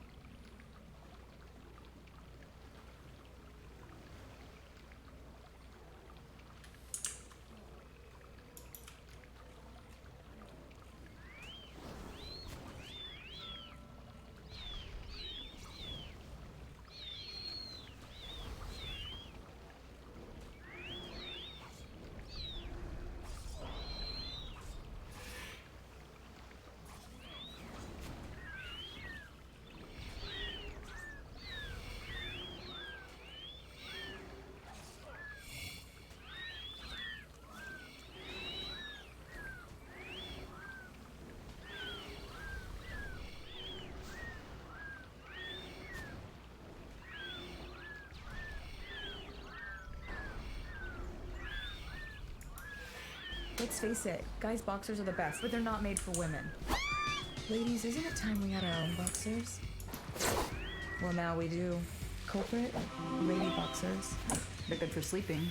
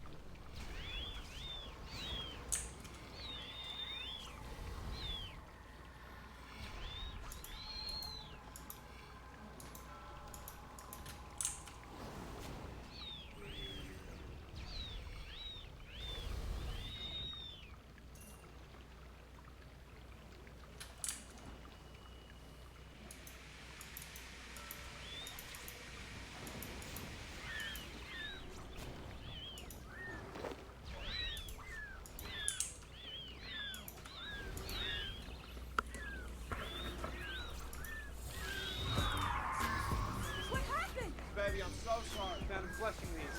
Dude, I'm gonna get you a toothbrush, toiletries. I'm going to summer camp, baby. I'm going to jail. I don't know. What is our online banking password? Baby, I'm not gonna yell that on the street. Happy New Year. Look, I called my mom. She said you and Sean can move over there with her and Trish. Hello? Are you staying? I'm gonna figure it out. I can't survive too many days with your sister. Hey, girls. I'm on the way. Why are you so naked all the time? Wearing pants in the house is stupid, okay? I feel liberated. I want to feel free at home. Well, how you feel at work then? Expensive. Killing my vibe. I could ever. Yeah. Oh my God! I kicked my mom. Pleading guilty is terrible legal advice. You gotta say you sorry. Don't admit to nothing, kid. You a 32-year-old baby daddy in jail who almost got her pockets rent until I put you on my credits. Yeah, you real grown, Ash. I miss him. Does he know where I am here? We had an understanding. We would weather whatever storm came along. You don't get to doubt my loyalty. You can talk to me about whatever. And we moms get to keep our secrets, right? Let's go! It's showtime, honey. Let me remind you, you don't know these people. Know your place. Stick with me and I'll guide you. I know something I'm not allowed to feel. Welcome to the ordeal. Let's turn up on this down. Let's turn up on this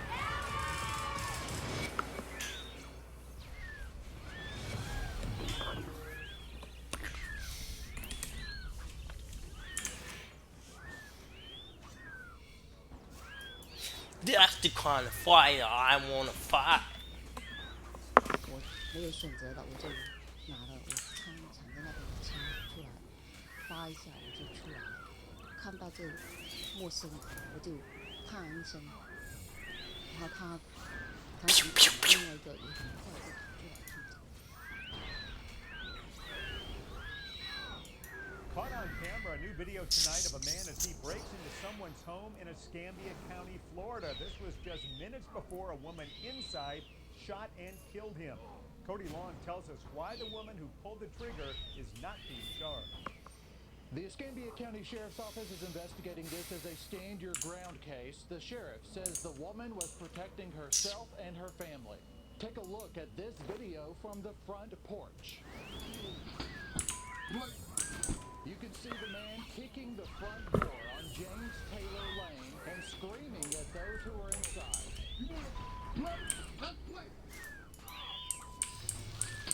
Then the 54-year-old man goes back to kicking in the door. After a few tries, he gets in.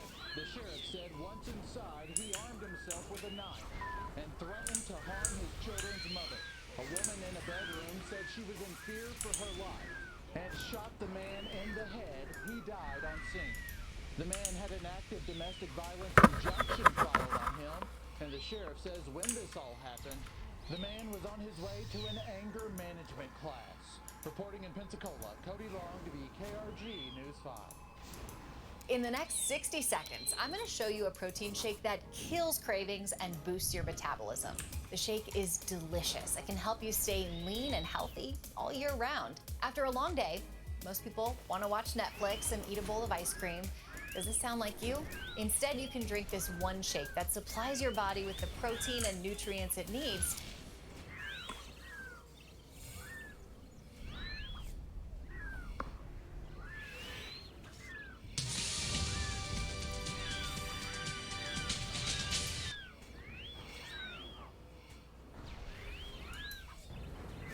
Christine, that security video coming from the popular student bar behind me here on MLK and Menlo. And while the judge declared the student innocent, he is not out of the clear just yet. He says he now has to prove himself to a USC ethics committee that will ultimately decide whether or not he can stay here for the fall semester. Well, I was very surprised that these charges would be brought against me because I hadn't done anything wrong. USC student Armand Premji charged with rape after a night out at an off-campus bar. But he says security video from the night of April 1st, taken from Banditos, shows he's innocent. When I saw the videos, I was very relieved that there was proof to substantiate my side of the story. The video shows Premji and a female student kissing in the bar's back corner, her arms around his neck. Premji said she kept pulling him closer, and after several minutes, she led him by the hand out of the bar. On the sidewalk, Premji said the girl introduced him to her roommate, where she made sexual gestures behind his back.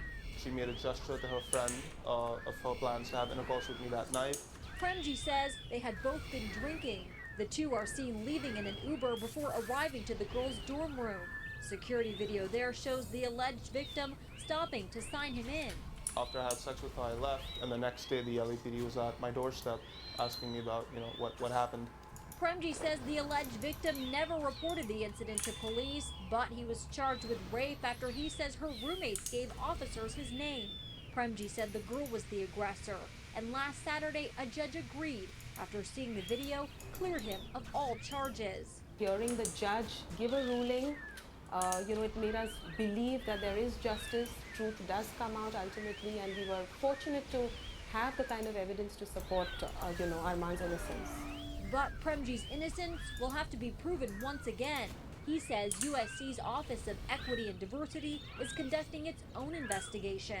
I could get suspended or expelled from the university even though the judge has declared me innocent.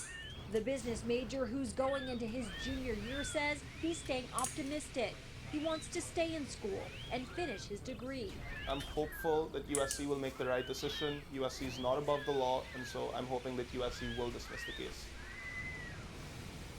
And Arman says that he has a hearing with the ethics committee in the next few weeks. Meantime, he says he's supposed to pay fall tuition, start classes, and then wait for their decision. We reached out to the university but didn't hear by news time tonight. We're live near USC. Victoria Spilabati, Fox 11 News.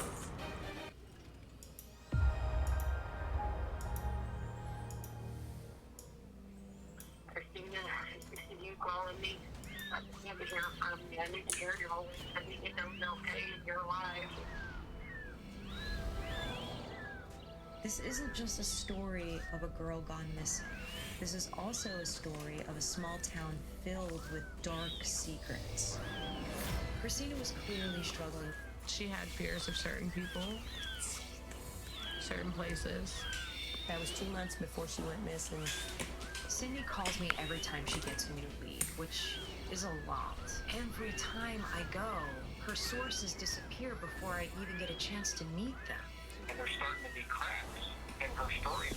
I still can't imagine that I'm being played by the family. This isn't your typical family. There's a whole lot more to this story. These little towns like this have got more going on in them than you will find in any big city. It's almost like organized crime in a way. And it makes this film something else. At this point, I'm starting to question everything.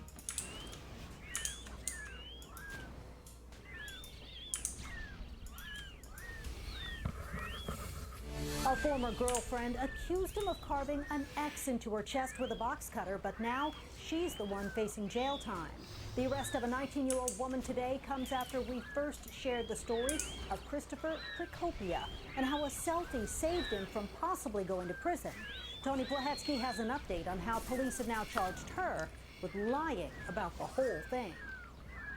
Christopher Prokopia knows what it's like to be accused of a crime he didn't commit. It was terrible. It was heartbreaking. It felt like nobody could believe me. Nobody wanted to believe me. He also knows the feeling of vindication. It's such a gratifying feeling. Now he's pursuing justice. I want her to realize the pain she has caused me.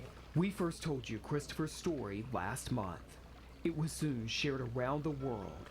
A story of how he felt guilty until proven innocent, and how a selfie saved him from prison. Last year, a woman he dated 4 years ago in high school called Temple Police and told them Christopher had just broken into her home and sliced her with a box cutter. Detectives took these pictures of her injuries, but now police agree it never happened. On the night 19-year-old Faith Cox claimed Christopher assaulted her, he was at an event in Austin more than 60 miles away. He posed in a photo that helped convince prosecutors of his innocence and to drop the charges. On Tuesday, authorities charged Cox with making a false report to police.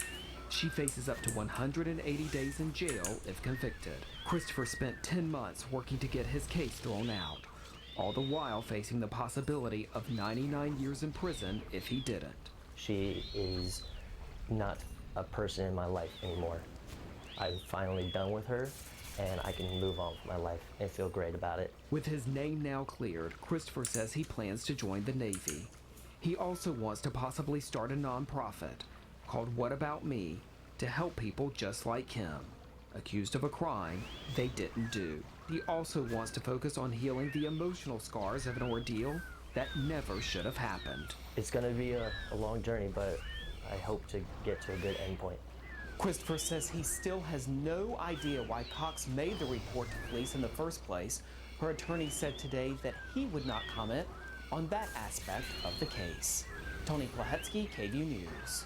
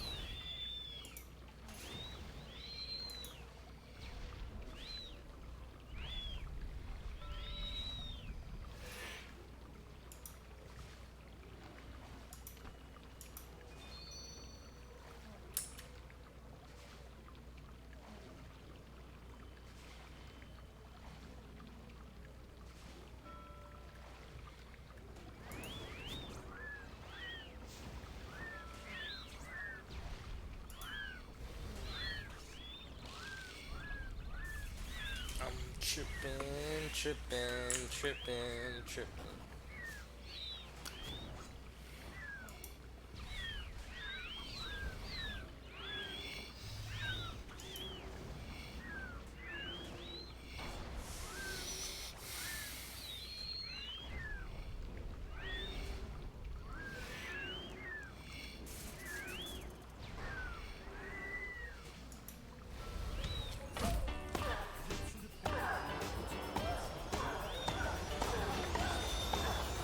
In the wild, the relationship between predators and herbivores has been following a simple hunter-prey pattern for millions of years. Some animals run away, trying to survive, while others chase after them, trying to kill. However, the story that happened in Pakistan once again proves that there are exceptions to every rule. In July 2001, residents of the Rustam Kala village, located in the Shanglav district, began to report an increased number of leopard sightings. They'd been seeing a young male leopard near the village almost every night. They often saw him on the outskirts of the village, but some nights they even see him walking through the central streets. The predator didn't attack people, but goats, dog, and poultry would disappear regularly. Over time, the villagers realized that this huge spotted animal always went to a certain place on the outskirts of the village, where the family of the village headman lived. Leopard encounters are rather common in this region, but they usually take place in mountain forests or in reed thickets. However, this adult predator was purposefully striding for a specific place in the village. The villagers were afraid that eventually he would begin to attack people. Hunting for leopards is prohibited, and therefore the village elders turned to the charity organization Animals Asia Foundation, asking them to capture the predator and send it to the reserve. When the employees of this organization began tracking the animal, they saw something they found hard to believe. It turned out that the leopard was coming to the village every night specifically to visit the headman's cow. The cow and the predator interacted peacefully, and the leopard rubbed against the cow and purred quietly like a cat, while the cow licked the leopard and nursed it. Overall, they both behaved as if it wasn't a wild predator of the jungle, but just an ordinary calf. Meanwhile, all the other cows of the herd hid fearfully on the other side of the pen. Scientists decided to covertly observe the unusual animal pair. They photographed and filmed the animals, and when the pictures hit the press, this amazing friendship became a popular topic on the news, not only in Pakistan, but throughout Southeast Asia. Although the villagers were happy with the sudden popularity, the elders insisted that the predator must be captured immediately. They were most afraid that one night the predator might come across a child, which would end badly. The hunt for the predator began again. However, sensing the danger, the leopard stopped coming close to the village. However, the leopard did come to visit the cow once again after several months of absence. He lay near the cow for a long time, and they took turns licking each other. No one saw him again after this visit. Scientists who study the life of large felines in the wild give the following explanation for such an amazing friendship. The leopard cub had probably lost its mother. It must have been hungry and probably wandered to the outskirts of the village in search of food, where it came across this cow. The cow didn't see the cub as a possible source of danger since it was too small, and the cub, led by its instincts, must have approached the cow and began to nurse. Apparently, when the cub was suckling the cow, her maternal instinct got awakened. Thus, a mother-child relationship developed between the leopard cub and the cow, and when the leopard grew up and became potentially dangerous to others, the cow still perceived him as her calf, and the predator perceived her only as its mother. Things like this happen in nature. After all, the story of Mowgli, who was raised by a wolf in the jungle, isn't entirely fiction, but has a real backstory. It might be that in the wild, the powerful maternal instinct is sometimes so strong and unusual that it outweighs all the other instincts and may even break the well-established hunter-prey pattern because a mother's love conquers all. If you like this amazing story, hit the like button, leave your comments, and share this video with your friends. Bye everyone!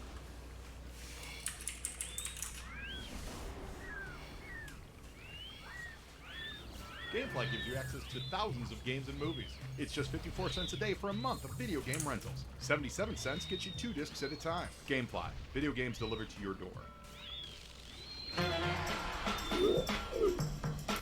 Godzilla vs. Kong, a radioactive mutant lizard that emerges from the water to wreak havoc against a huge gorilla who falls in love with a blonde. Many will say that both of these movies' characters don't stand up to any serious scientific criticism. However, the image of one of them was based on a book from 1861, which contains real stories from the life of African tribes, and the image of another inspired scientists to name a creature in its honor, which was, until recently, unknown to science. According to John Goodman's character from a previous film in the same franchise, monsters exist. Let's find out if this is possible and who would actually win the fight. Godzilla versus Kong versus real life. 36 feature films were made about Godzilla, 4 of which were made in Hollywood. The rest were made by the Japanese TV studio Toho. The script of all the films is based on the tragedy of Hiroshima and Nagasaki, a leitmotif that is repeated aloud by almost all the characters. Godzilla is a beastmaster who appeared back in the Jurassic period. His age, 150 to 200 million years. The animal's real name is Gojira. It comes from the combination of 2 Japanese words, gorilla and whale. This is truly a king of monsters. According to legend, it was awakened by an atomic bomb during the Second World War, which is why it now feeds on atomic energy, sensing it from hundreds of miles away. Godzilla, an erect dinosaur whose skin resembles the burnt skin of victims of an atomic explosion. Its main weapon is radioactive rays from its mouth, spine, and tail. The height of Godzilla is 355 feet. That is, he's only slightly taller than London's Big Ben.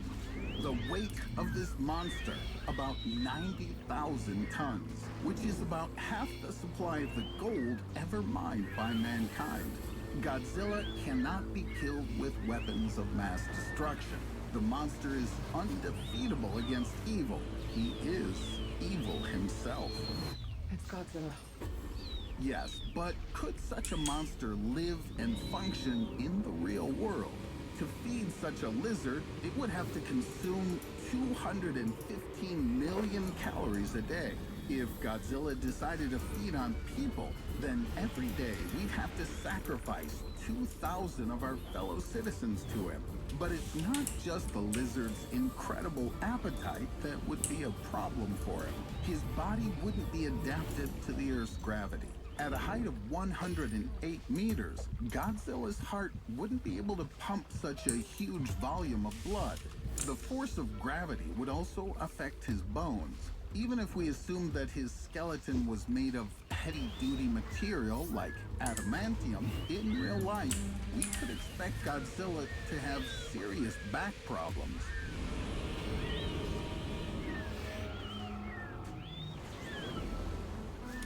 Of course, in the ocean, the Titan would feel a little better. The water would partially support his weight. For the same reason, ordinary whales can also reach an impressive size. However, when Godzilla took a step onto shore, with his foot he would create pressure on the solid surface. Under this weight, his bones might just crack. And since pain passes through the nervous system at a speed of about 24 inches per second, Godzilla could die even before the pain signals reached his brain. It seems the laws of physics are merciless to our favorite movie monsters, but maybe all's not yet lost. We need Kong. The world needs him. The white heterosexual male is right. After all, gorillas exist in the real world. However, they're much smaller. Kong from the movie Kong Skull Island was tall, 31.7 meters.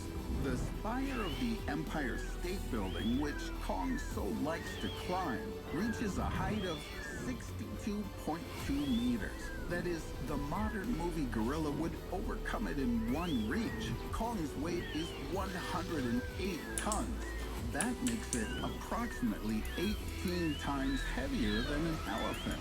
According to Jonathan Payne, a paleobiologist at Stanford University, King Kong isn't a physically viable organism. To take a typical 350-kilogram Western gorilla and just increase its size by 20 times would be physically impossible. The skeleton and muscles of such a creature wouldn't be able to withstand its mass. In the past, the animal world could boast of more impressive creatures in size. Dinosaurs like Titanosaurus weighed almost 80 tons, which is 10 times the weight of today's African elephants. But they were still far from the fictional King Kong. In real giant animals, the skull and brain would be disproportionately small. They would suffer from shortness of breath, wouldn't live long, and be foolish because their brains wouldn't be any larger than those of sauropods, the size of a walnut. Or with large sizes, they would explode from blood pressure as soon as the poor guys decided to bend over, and would abruptly straighten up. He would lose his lungs. The pressure would rupture his pulmonary artery.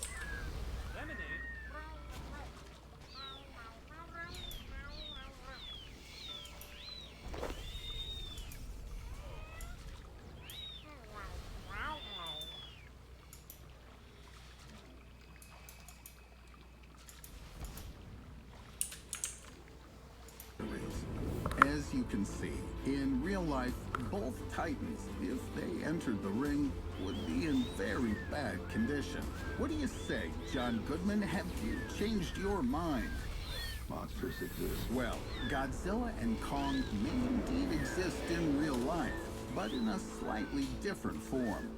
More recently, a new species of parasitic wasp was discovered in Japan that can swim underwater. This species is called Microgaster godzilla for a number of reasons. First, the mutant lizard is one of the most recognizable symbols of Japanese modern culture. Second, Godzilla emerges from the water in most stories to wreak havoc. Microgaster godzilla lays eggs in other insects, beetles, butterflies, aphids, true bugs, as well as in their larvae. The Godzilla offspring then gradually kill their host and feed on its flesh. However, until now, researchers didn't know exactly how the parasites managed to get to the creatures that live in the water. The idea to study this issue in more detail came to the mind of one of the authors of a new work, Jose Fernandez Triana, when he studied the caterpillars of the species Elophila turbata, which are found in the urban ponds of Japan. It turned out that in search of a suitable victim for laying female parasites, it first walks on the leaves of aquatic plants, and finding a caterpillar scares it, forcing it to move into the water. Godzilla dives after the victim, quickly inserts an ovipositor into the victim's body, and lays offspring. Some may not even drive the caterpillar out of its shelter, but simply pierce the wall with their ovipositor.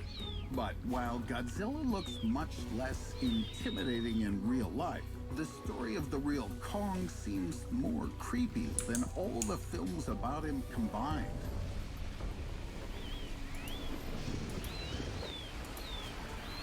Marion C. Cooper, director of the original film from 1933, in the audio commentary of the film, says that his obsession with primates began when he was 6 years old and his uncle gave him a book, A Journey to Inner Africa. The author of the book, Paul Duchailou, was one of the first researchers who went to the continent and documented many incredible facts at that time. The future director was most impressed by the descriptions of the gorilla tribes that from time to time attacked the villages of the indigenous people. The images from the book were so etched into his memory that they wouldn't let him go for the rest of his life. The book from 1861 really contains a story about two women of the Mbandemo tribe who were walking through the jungle returning to the village when suddenly a gorilla appeared in their path. A huge gorilla. The gorilla grabbed one of the women with its hands and, despite their screams and attempts to escape, dragged one of them into the thicket. The tribe went on a fruitless search. The woman was presumed dead, but a few days later she returned to the village on her own. According to her, the gorilla abused her, but the woman managed to escape. Paul Duchailu describes in the book the special tribes of gorillas which, according to local residents, were possessed by the spirits of their dead tribe members. Such gorillas are much larger in size, and it's almost impossible to catch or, moreover, kill them. Their intelligence is much higher than that of other primates of the same species. They combine the cunning and resourcefulness of man with the power and fury of a beast. So, who'd win Godzilla versus King Kong in real life? If we assume that somehow magically these two movie characters came to life to fight to the death, then their real fight would have some comical limitations. Godzilla would be afraid to get out of the water because his spine would break. King Kong would be afraid to bend over and make sudden movements because he has pressure problems. The two titans would likely spend a long time trying to provoke each other into a first strike. The shouting calls could last for about, say 68 hours. By the way, that's how long it would take to review all the Godzilla and Kong movies. On the fourth day, Godzilla decides to jump out of the water. Kong delivers a powerful blow to the head. With the last of his strength, Godzilla releases a powerful nuclear pulse. Godzilla wins, but because of the laws of physics, both die. Of course, despite all the scientific inaccuracies, we still go to the movies to entertain our imagination. But if instead of going to the movies, you had only two options for entertainment, swimming in the ponds of Japan or walking in the African jungle, you would make your choice, knowing that monsters exist. Can you immediately name the largest snake in the world?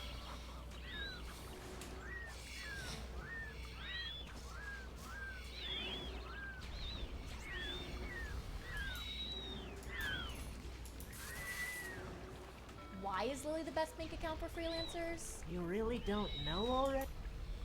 Let's speculate for a moment. What would happen if our sun suddenly went out for an hour, or for a month, or let's say even for a whole year? What would happen to mankind? The very last photons from the surface of our star and the last particles that make up the solar wind have started their final flight towards the Earth. No one yet suspects that the heart of our solar system has stopped functioning. 8 to 9 minutes later, and the sky suddenly turns black. Darkness descends upon the entire planet. No matter whether at the moment it's the deep dark of midnight or a bright, sunny noontime at your location, you can quickly and easily see the difference. The stars are now all clearly visible against the sheer black backdrop of the sky. The moon is not visible at all, since there is no longer any sunlight for it to reflect. A moment before the onset of the all-enshrouding darkness, bright northern lights may appear due to changes in the magnetic field around the Earth and disturbances in the ionosphere.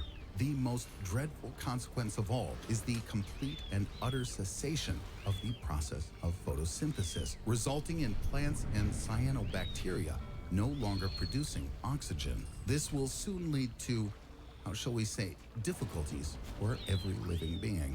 After an hour, true panic reigns over the heretofore daytime side of the Earth. Power and communication outages propagate across the entire planet. Temperatures everywhere drop by several degrees. and the Earth's surface begins to slowly cool. But from the inside, the planet is still heated by its molten core. 24 hours in, dawn has not and will not arrive. Panic and chaos are enveloping the entire world. State authorities have almost zero control over the situation. Humankind is trying to figure out what the hell happened while coping with massive power and water supply outages. The temperature on the surface falls to between 5 to 7 degrees Celsius. That's about 41 to 45 degrees Fahrenheit and has now decreased by about 15 to 20 degrees Celsius. That's a drop of about 30 degrees Fahrenheit. Some species of plants and microorganisms begin to die. The inhabitants of the oceans, for the time being, feel almost no changes. After 7 days, tints of the oceans of about Fahrenheit and has now decreased by about 15 to 20 degrees Celsius. That's a drop of about 30 degrees Fahrenheit. Some species of plants and microorganisms begin to die. The inhabitants of the oceans, for the time being, feel almost no changes. After 7 days, it's still dark. The average temperature on Earth is now minus 17 degrees Celsius. That's about 1 degree Fahrenheit. In areas where there are tectonic faults, it's still warm, thanks to geothermal energy not letting the surface freeze over. Most plants have already died due to cold or lack of light. Herbivorous and heat-loving animals also begin to die. In the oceans, phytoplankton begin to die as well. The inhabitants of shallow waters suffer tremendously from the cold, and the surface of the ocean is beginning to turn to ice. By now, scientists and other individuals have realized what has happened and rushed to organize and equip shelters. 1 month in, and the Earth is continuing to cool. The average temperature on the surface is now about minus 30 degrees Celsius. That's minus 22 degrees Fahrenheit. And almost the entire planet is now coated with ice. Virtually all plants and cyanobacteria have perished. Some species of trees, especially conifers, are still alive. But with the lack of sunlight, even they are not producing oxygen. In fact, most of the Earth's living things have died. But some bacteria still carry on with their normal life activity. Most of the remaining life on Earth is now found only near geothermal springs and underwater. Interestingly, the layer of ice on the surface of the oceans slows down their cooling. And in the areas of oceanic tectonic faults and geothermal sources, the water is still warm, obviously being naturally heated. But even in the ocean, the drama of a mass extinction event begins to unfold. 1 year in, and the surface of the Earth and the oceans are covered with a thick layer of ice. According to Professor David Stevenson at Caltech, the temperature on the surface of the Earth should drop to about minus 40 degrees Celsius, and that's the same in Fahrenheit. Life endures now only deep in the Earth's oceans. And perhaps some groups of humans might be able to survive on the surface of the planet in places like Iceland and other areas with large amounts of geothermal activity. Professor Stevenson believes that the Earth will continue to cool for another several thousand years until the surface temperature reaches approximately minus 160 degrees Celsius. That's about minus 256 degrees Fahrenheit. At that point, life on the planet, in the usual sense of the word, will simply become impossible. And let's not forget about the gravity of the sun. After all, it's unlikely that the sun could suddenly go out without losing its gravitational pull. If the sun ceases to hold the planets and other celestial bodies in their orbits, then the planets and asteroids will simply fly away into outer space, some of them possibly even colliding with one another. The Earth, for one, will soar out into deep space, where it could get bombarded with asteroids, comets, and radiation, collide with another planet, or even someday end up in the gravity well of a black hole. There's also a very small possibility that after wandering through space for a very long time, the Earth would be able to integrate into another stellar system and find a new sun. In the end, however, it's important to realize that this scenario is just a fantasy, or rather a thought experiment of sorts. As for the real future of our star, in a couple of billion years, the sun will swell and turn into a red giant. Our star will swallow Mercury and Venus, and Earth and Mars will become heated up to several thousand degrees. In 5 billion years, the sun will explode and throw off its outer envelope, leaving at the center of the solar system a gradually cooling stellar core, a white dwarf around which will orbit whatever remains of the solar system after the explosion. Concerning humankind, its fate remains unknown. Hopefully, by that time, we'll be able to fly to other planets and star systems. But that is a story for another day.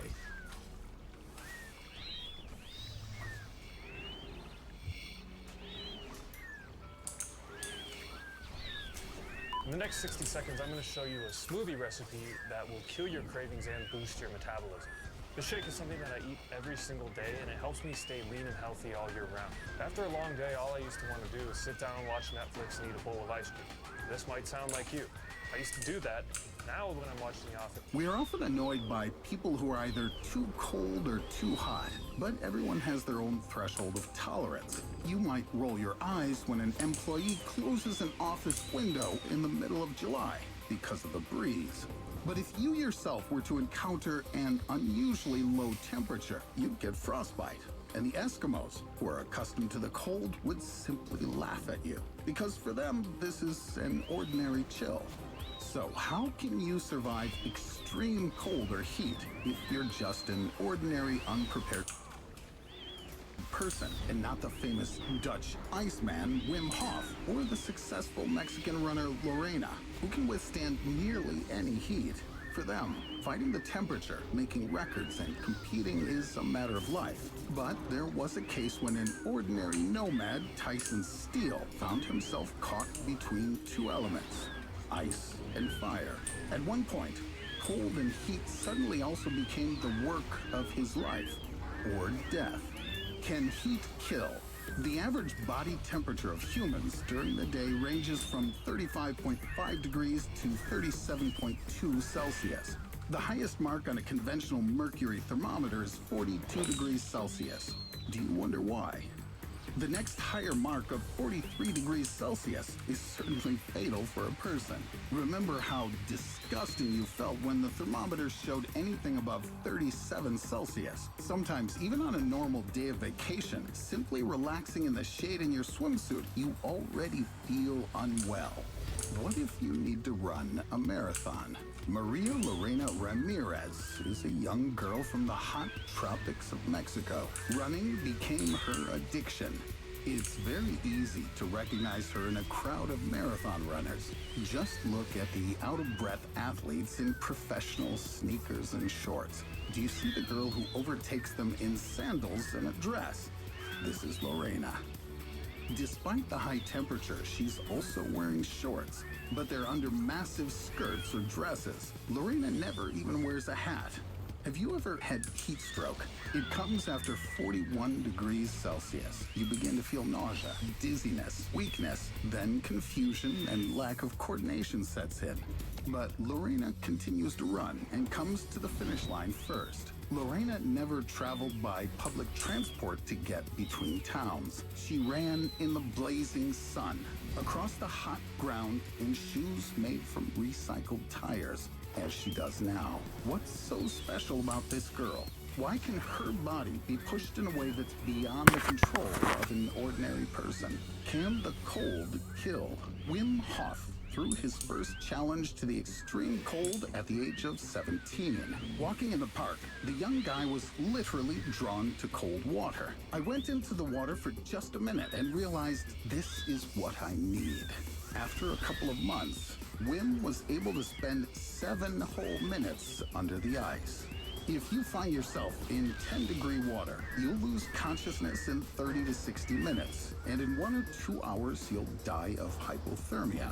But Wim Hof continued to test his body. The man spent 120 minutes in a transparent cube filled with cold water with ice. When your body temperature reaches 30 degrees, pre-convulsive muscle tone will begin. The muscles around your neck and shoulders will begin to contract, and your arms and legs will ache from the cold. Let's think about the thermometer. Its lowest mark is 35 degrees Celsius. The moment when you start to shake terribly. After 34, you'll lose your memory and reasoning. You'll no longer understand where you are, what you're doing. You'll even stop recognizing your loved ones. Your heart will pump only 2/3 of its total volume, and the lack of oxygen will cause hallucinations. Death will come at about 29.5 degrees. But this didn't stop Wim Hof from running a marathon in the snow at the Arctic Circle at a temperature of 35 degrees below zero. This was how he earned the nickname, the Iceman. In ordinary people, death from extreme cold occurs 17 times more often than from extreme heat. Then how does Wim Hof deal with it? Perhaps there are people with superpowers among us. While Wim Hof climbs Mont Blanc without any problems, dressed in some shorts, others can be ruined by an ordinary cold evening. Prasarn Hamthong lived in Muang Khan province in northeastern Thailand in an unfinished building with no windows or doors. One night, when the temperature dropped to 9 degrees, he gave his 8-year-old daughter all 3 blankets he had. At about midnight, the girl woke up and returned 1 blanket to her father, but it was too late. The temperature on Mont Blanc can be about 3 degrees. This is the temperature inside of a regular refrigerator. Why doesn't death from the cold take some people even in a freezer, while others die from the cold in their own home? How can one prepare for the reality that the cold or heat can catch you by surprise? And so it happened with Tyson Steele. A man with his dog Phil lived in an isolated area of the Matanuska-Susitna Borough in Alaska. The snow there is very deep and can be as high as up to your chest, while the temperature can drop to minus 40 degrees. And this is already a long way from 9 degrees Celsius. One night, Tyson was very cold and decided to light the stove with cardboard. With the slightest carelessness, the cardboard rose and caught fire inside the chimney. Steele saw a huge blazing hole in the ceiling. Soon the whole house was engulfed in fire. The man managed to take some things and run out, but then noticed that his dog did not follow him, but remained in the burning house. Forgetting about the instincts of self-preservation, Steele returned to the building to save the Labrador, but alas, he could not get to him. Hearing his hoarse howl, Tyson decided to save Phil from a painful death. He took a rifle and began to shoot at the sound, but never hit. This plaintive howl will remain in his head for a long time. Steele shouted, too. Escaping from the fire, the horse Steele collapsed into the snow. He had to take refuge in a snowdrift. When the temperature dropped below minus 30, he began to lose track of the days and already dreamed of dying in his sleep. And so he held out in the cold for 20 days until he was found by the word SOS, which he drew out in the snow. Tyson Steele is an ordinary person who conquered heat and cold. It turns out that any person, even you, can endure against these 2 deadly elements. So, how does it work? Wim Hof allowed himself to be experimented on in order to derive a formula for self-control. Wim had thought out a special breathing system, which he also teaches his followers. You all know that adrenaline is produced autonomously in the body. From extreme, from sudden fright, you can't activate it on demand, but not Wim. He's proven to doctors and scientists that he can stimulate adrenaline levels by himself using cold and breathing. By being immobile, he could control his physiology and generate as much adrenaline as is produced in people who bungee jump from a bridge for the first time. Wim Hof's formula, how to deceive your body, is not so complicated. Inhale as deeply as possible, and then exhale without effort.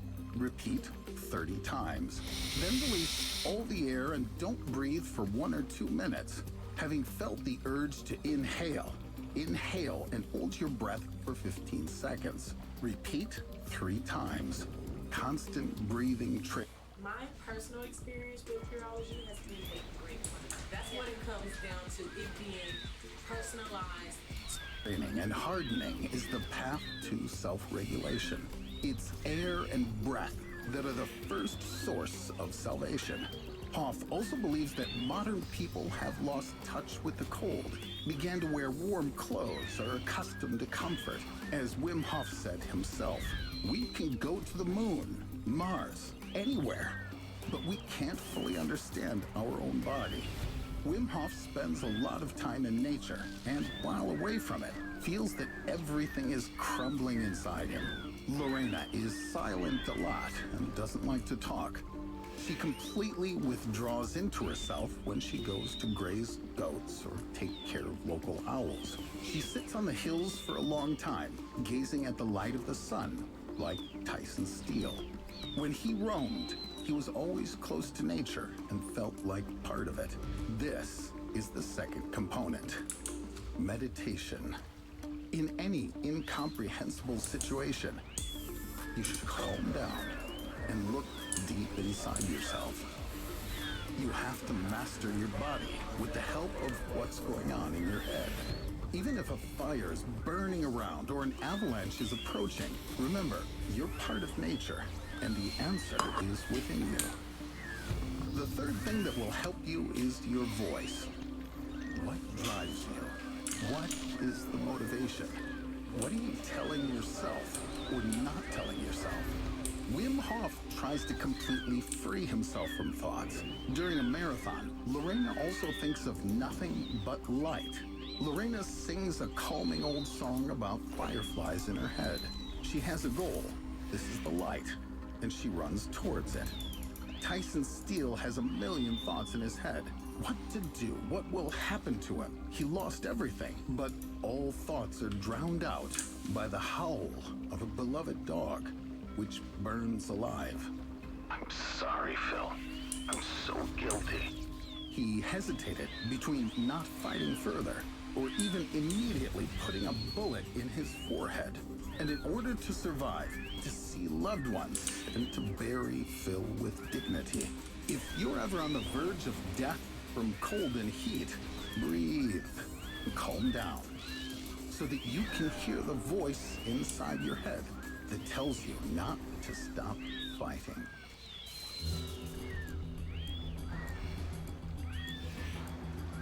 We're used to the fact that time continuously flies forward. For many of us, it's taken for granted when we stare at our smartphone screen and write in our work chat thread, "I'll send the report in 15 minutes. But what if time were variable? Suppose it could slow down, speed up, and even go in reverse. Newton believed that the flow of time is like an arrow that moves steadily in one direction only. However, Einstein crushed this theory and proved that time can change for different observers. In this video, we'll travel at the speed of light to test Einstein's famous theory in action. Imagine yourself in the expanse of open space. The police are chasing you, and you need to get away quickly. By some miracle, there's one empty seat in a rocket flying by. You have absolutely no time to think about where it's flying or why. By the way, what about time? You wish the cops a journey of no return into a black hole and look at your watch. And this is when the strangest thing begins. You fly at a speed of 99.999% the speed of light, but the hand of the clock slows down and time seems to stretch out like jelly. Is this really possible? While you watch with fascination as time stops in a rocket, we return to the early 1900s when Albert Einstein was taking a tram. While riding in the tram, the scientist looked at the street clock and suddenly realized that if the tram accelerated to the speed of light, in his perception, this clock would stop and there would be no time at all. This led him to formulate one of the central themes of relativity. Everything is relative. For example, if Einstein's neighbor were to drop her glasses on a tram, then for her, they will drop straight down, while to an observer on the street, they will fly along a parabola trajectory because the tram is in motion. Einstein also suggested that there's no single standard frame of reference. Everything is relative, even time. To begin with, let's understand that even if you're sitting in one place, you still continue to move. And this is movement in time. If you sit for a minute without moving, you'll find yourself in the future 1 minute in relation to the starting point. If you didn't move in time, then you'd be frozen in this moment forever, which is worse than being dead.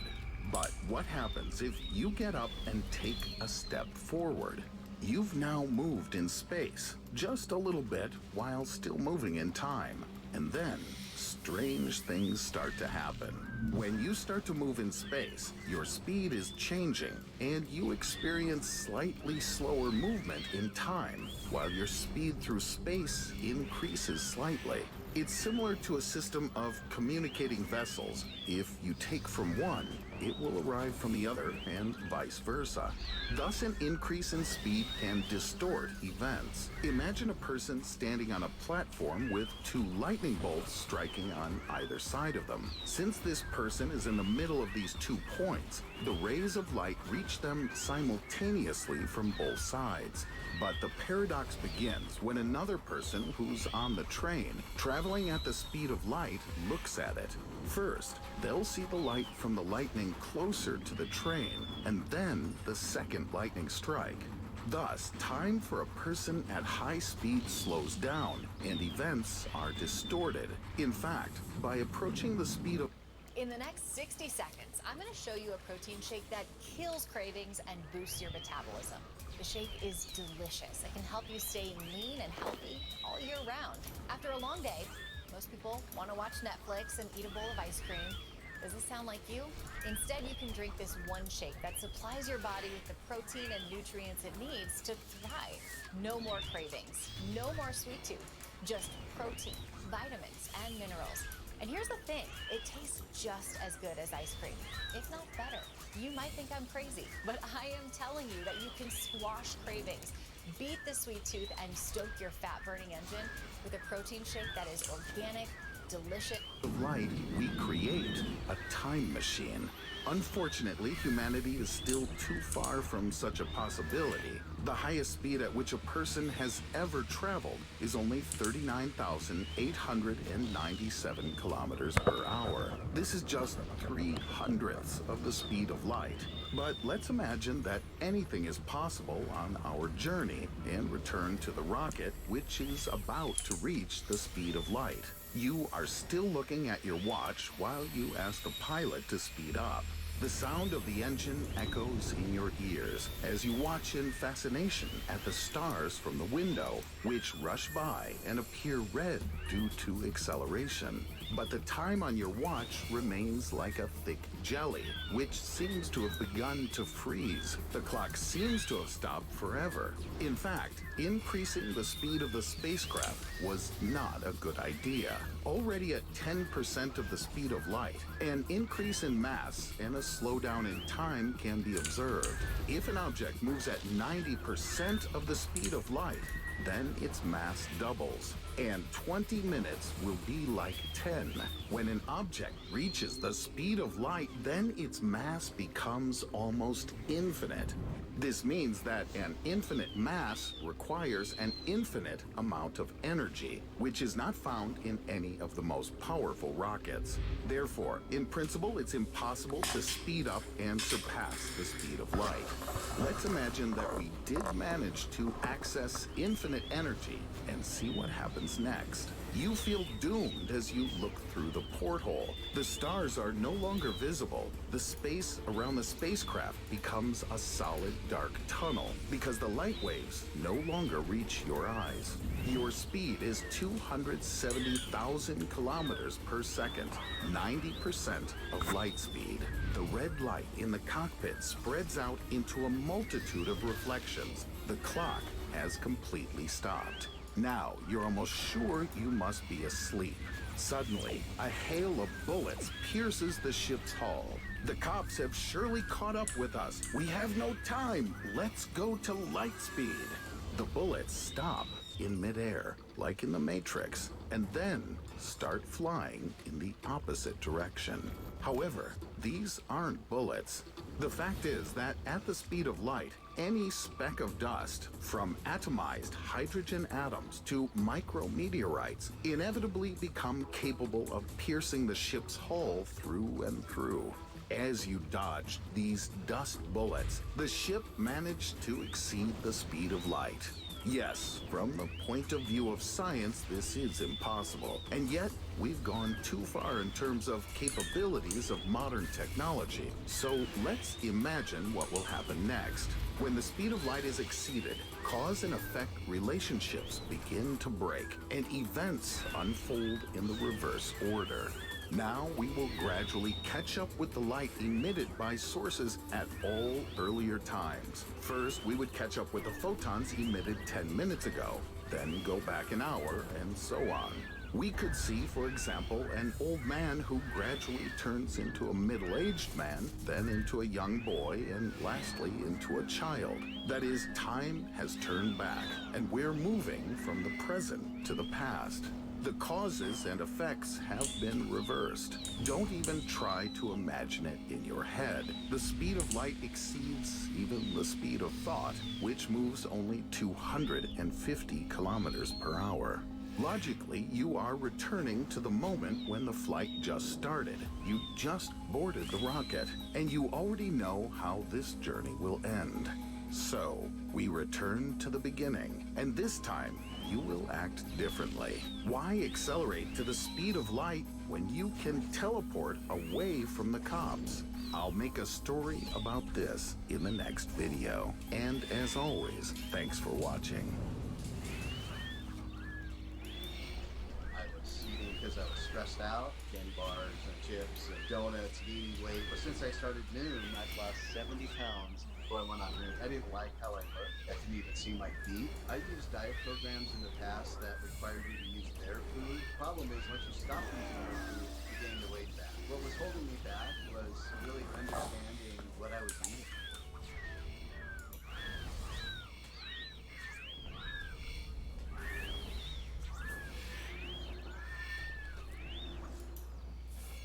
Can you immediately name the largest snake in...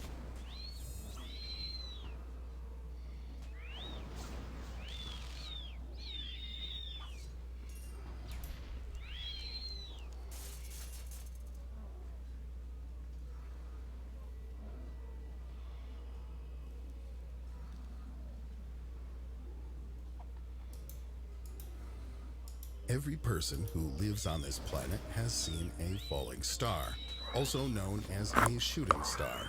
I confess I sincerely believed such was the case, that these were in fact stars, much like I believed in Santa Claus. But then I heard the shocking truth. These are not, in fact, stars. When peering into the sparkling emptiness of the night sky, I watched as another meteoric body for the umpteenth billionth time tried to ram through the Earth's atmosphere. This happens constantly, day in and day out. Millions of cosmic bodies hurl themselves towards the surface of our planet every day. Really, there is nothing very special going on here. So, despite the apparent absurdity of the phrase, "Look, look, a falling star," it turns out that real falling stars do exist in our universe. Fasten your seatbelts, ladies and gentlemen. Once again, we set off into deep space. Meet Mira, or as it is also called, Omicron Ceti. A sizable star, it is 700 times larger than the diameter of our sun. It is an even stranger and more surprising star than Betelgeuse, the heroine from our last installment. The first mention of this beauty is found in Hipparchus in 134 BC, as well as in the testimonies of Chinese astronomers later in the year 1070. But its almost supernatural properties were discovered only recently. Pastor astronomer David Fabricius, quite by chance and without realizing it, discovered a new type of star on the morning of August 13, 1596. At that time, he was just watching Mercury, or rather, he was going to measure the angular distance from the planet to the star glittering nearby at an apparent magnitude of 3 in the constellation of Cetus. Interestingly, he had never come across it before, and it was also notably absent from all the stellar maps and globes. Though, of course, maps and globes were not as accurate in ye olden days, and the disregard for some not very bright star was commonplace. Fabricius began to keep an eye on the stranger, and lo and behold, its brilliance grew right up to a magnitude of 2, and it became the brightest star in its constellation by the end of that August. But then in September, the star faded, and by mid-October, it had disappeared completely. In full confidence that this was a different new star, Fabricius stopped observing. But to his great surprise, he came across this mysterious traveler 13 years later on February 15, 1609. But to be fair, astronomer Johann Bayer managed to notice it about 6 years before this, in 1603. He entered the data into his famous star atlas, but had not yet suspected the super properties of his find. By the way, by that time, the star had already reached a stellar magnitude of 4. Various astronomers from around the world began to closely monitor Omicron Ceti for the next several decades. So, for example, the Polish astronomer Jan Hevelius, who observed the stellar body from 1659 to 1682, called it Mira, which is from Latin and translates as amazing. And he was absolutely right. This star is amazing. Usually, it is so dim that it is quite difficult to see with even a small amateur telescope. But due to its peculiarity, it becomes the brightest star in the constellation Cetus at certain times, these so-called peaks. Then it fades again and becomes almost invisible. And then again and again and again, everything repeats. Scientists finally, by the middle of the 17th century, established that this miracle represented a new type of variable star with a very long period of brightness and a very large amplitude. To put it simply, Mira is a star that constantly changes its brightness, but it happens with a fair bit of irregularity. The glitter of a star, for those who do not know, is its apparent stellar magnitude, the same as luminosity, or even simpler, brightness. Using the astronomical scale, smaller numbers are brighter. The brightness of Mira increases 3.5 times in just 332 days. From a brightness of magnitude 10, when it is almost invisible in a telescope, up to a magnitude of 2, when it becomes the brightest in its constellation. As I said, there is no pattern to her behavior. As a matter of fact, the period and range of brightness changes and is completely unstable. One time, Omicron Ceti went from the relatively dark 9th magnitude and then increased to the 5th and then back again.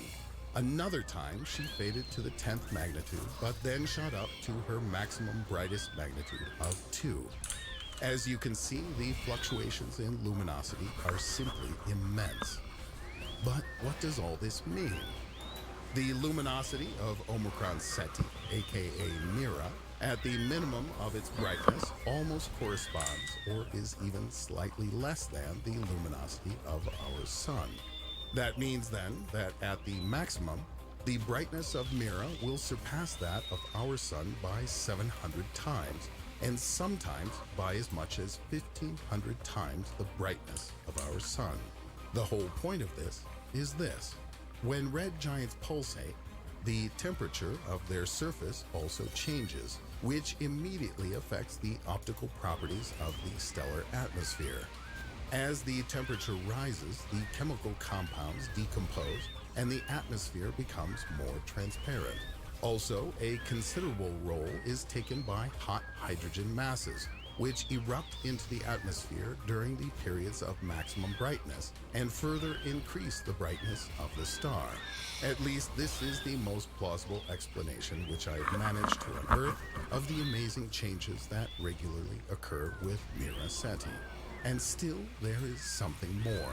Scientists noticed in 1919 that a second spectrum was superimposed over the Mira spectrum, and it belongs to a very, very hot white star.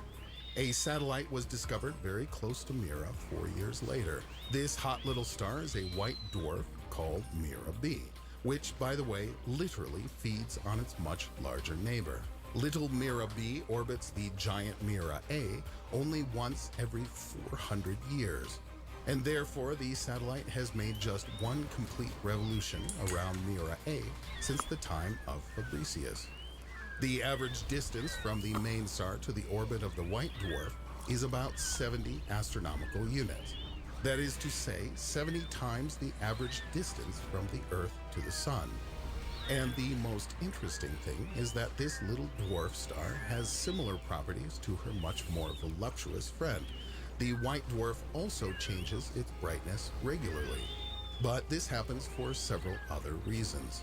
Mira B has an accretion disk through which the white dwarf interacts with the main star, sucking away stellar matter from her much larger sister. Because of the unevenness of the supply of this substance, the luminosity of the satellite also changes. On average, the brightness value of the dwarf ranges from magnitude 12 to 9.5. It should be noted that the measurement of changes in brightness in stars of this type is a monumental amount of astronomical work. Just imagine, in order to obtain the amplitude of oscillations of the luminosity of a star for a period of 13 years, scientists need to take into account and superimpose all the fluctuations in the brightness of the star during this period. And their duration, by the way, is measured in minutes. And finally, we come to our last couple of delicious tidbits. The Galaxy Evolution Explorer satellite, also known as the GALEX, is an orbiting ultraviolet space telescope launched in 2003. The GALEX discovered a tail of matter stripped from the outer sphere of Mira A, like that from a comet, a gigantic tail of material the length of which is about 13 light years. So that you understand how long this really is, the distance from our sun to the closest star is about 4 light years. That's a mighty long tail. Most of the stars in our galaxy slowly rotate around its center, moving about the same speed and in the same direction as the interstellar gas. In contrast to this, Mira is shooting through the galactic gas clouds at a speed of 130 kilometers a second. As a result, the matter thrown out by Mira is simply blown back, forming a bow-wave tail of compressed gas. As calculations show, every 10 years, the star drops a mass equivalent to that of the entire Earth. To form such a tail, the star has taken at least 30,000 years.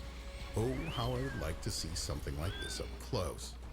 It is a pity that I would need to be a god to make it happen. A gigantic swelling located in front of the star is clearly visible in these pictures from the GALEX telescope. This is the region of the shock wave. Something like this is formed in front of a boat's nose when cutting through water at high speed, or, for example, in front of a bullet moving at supersonic speed.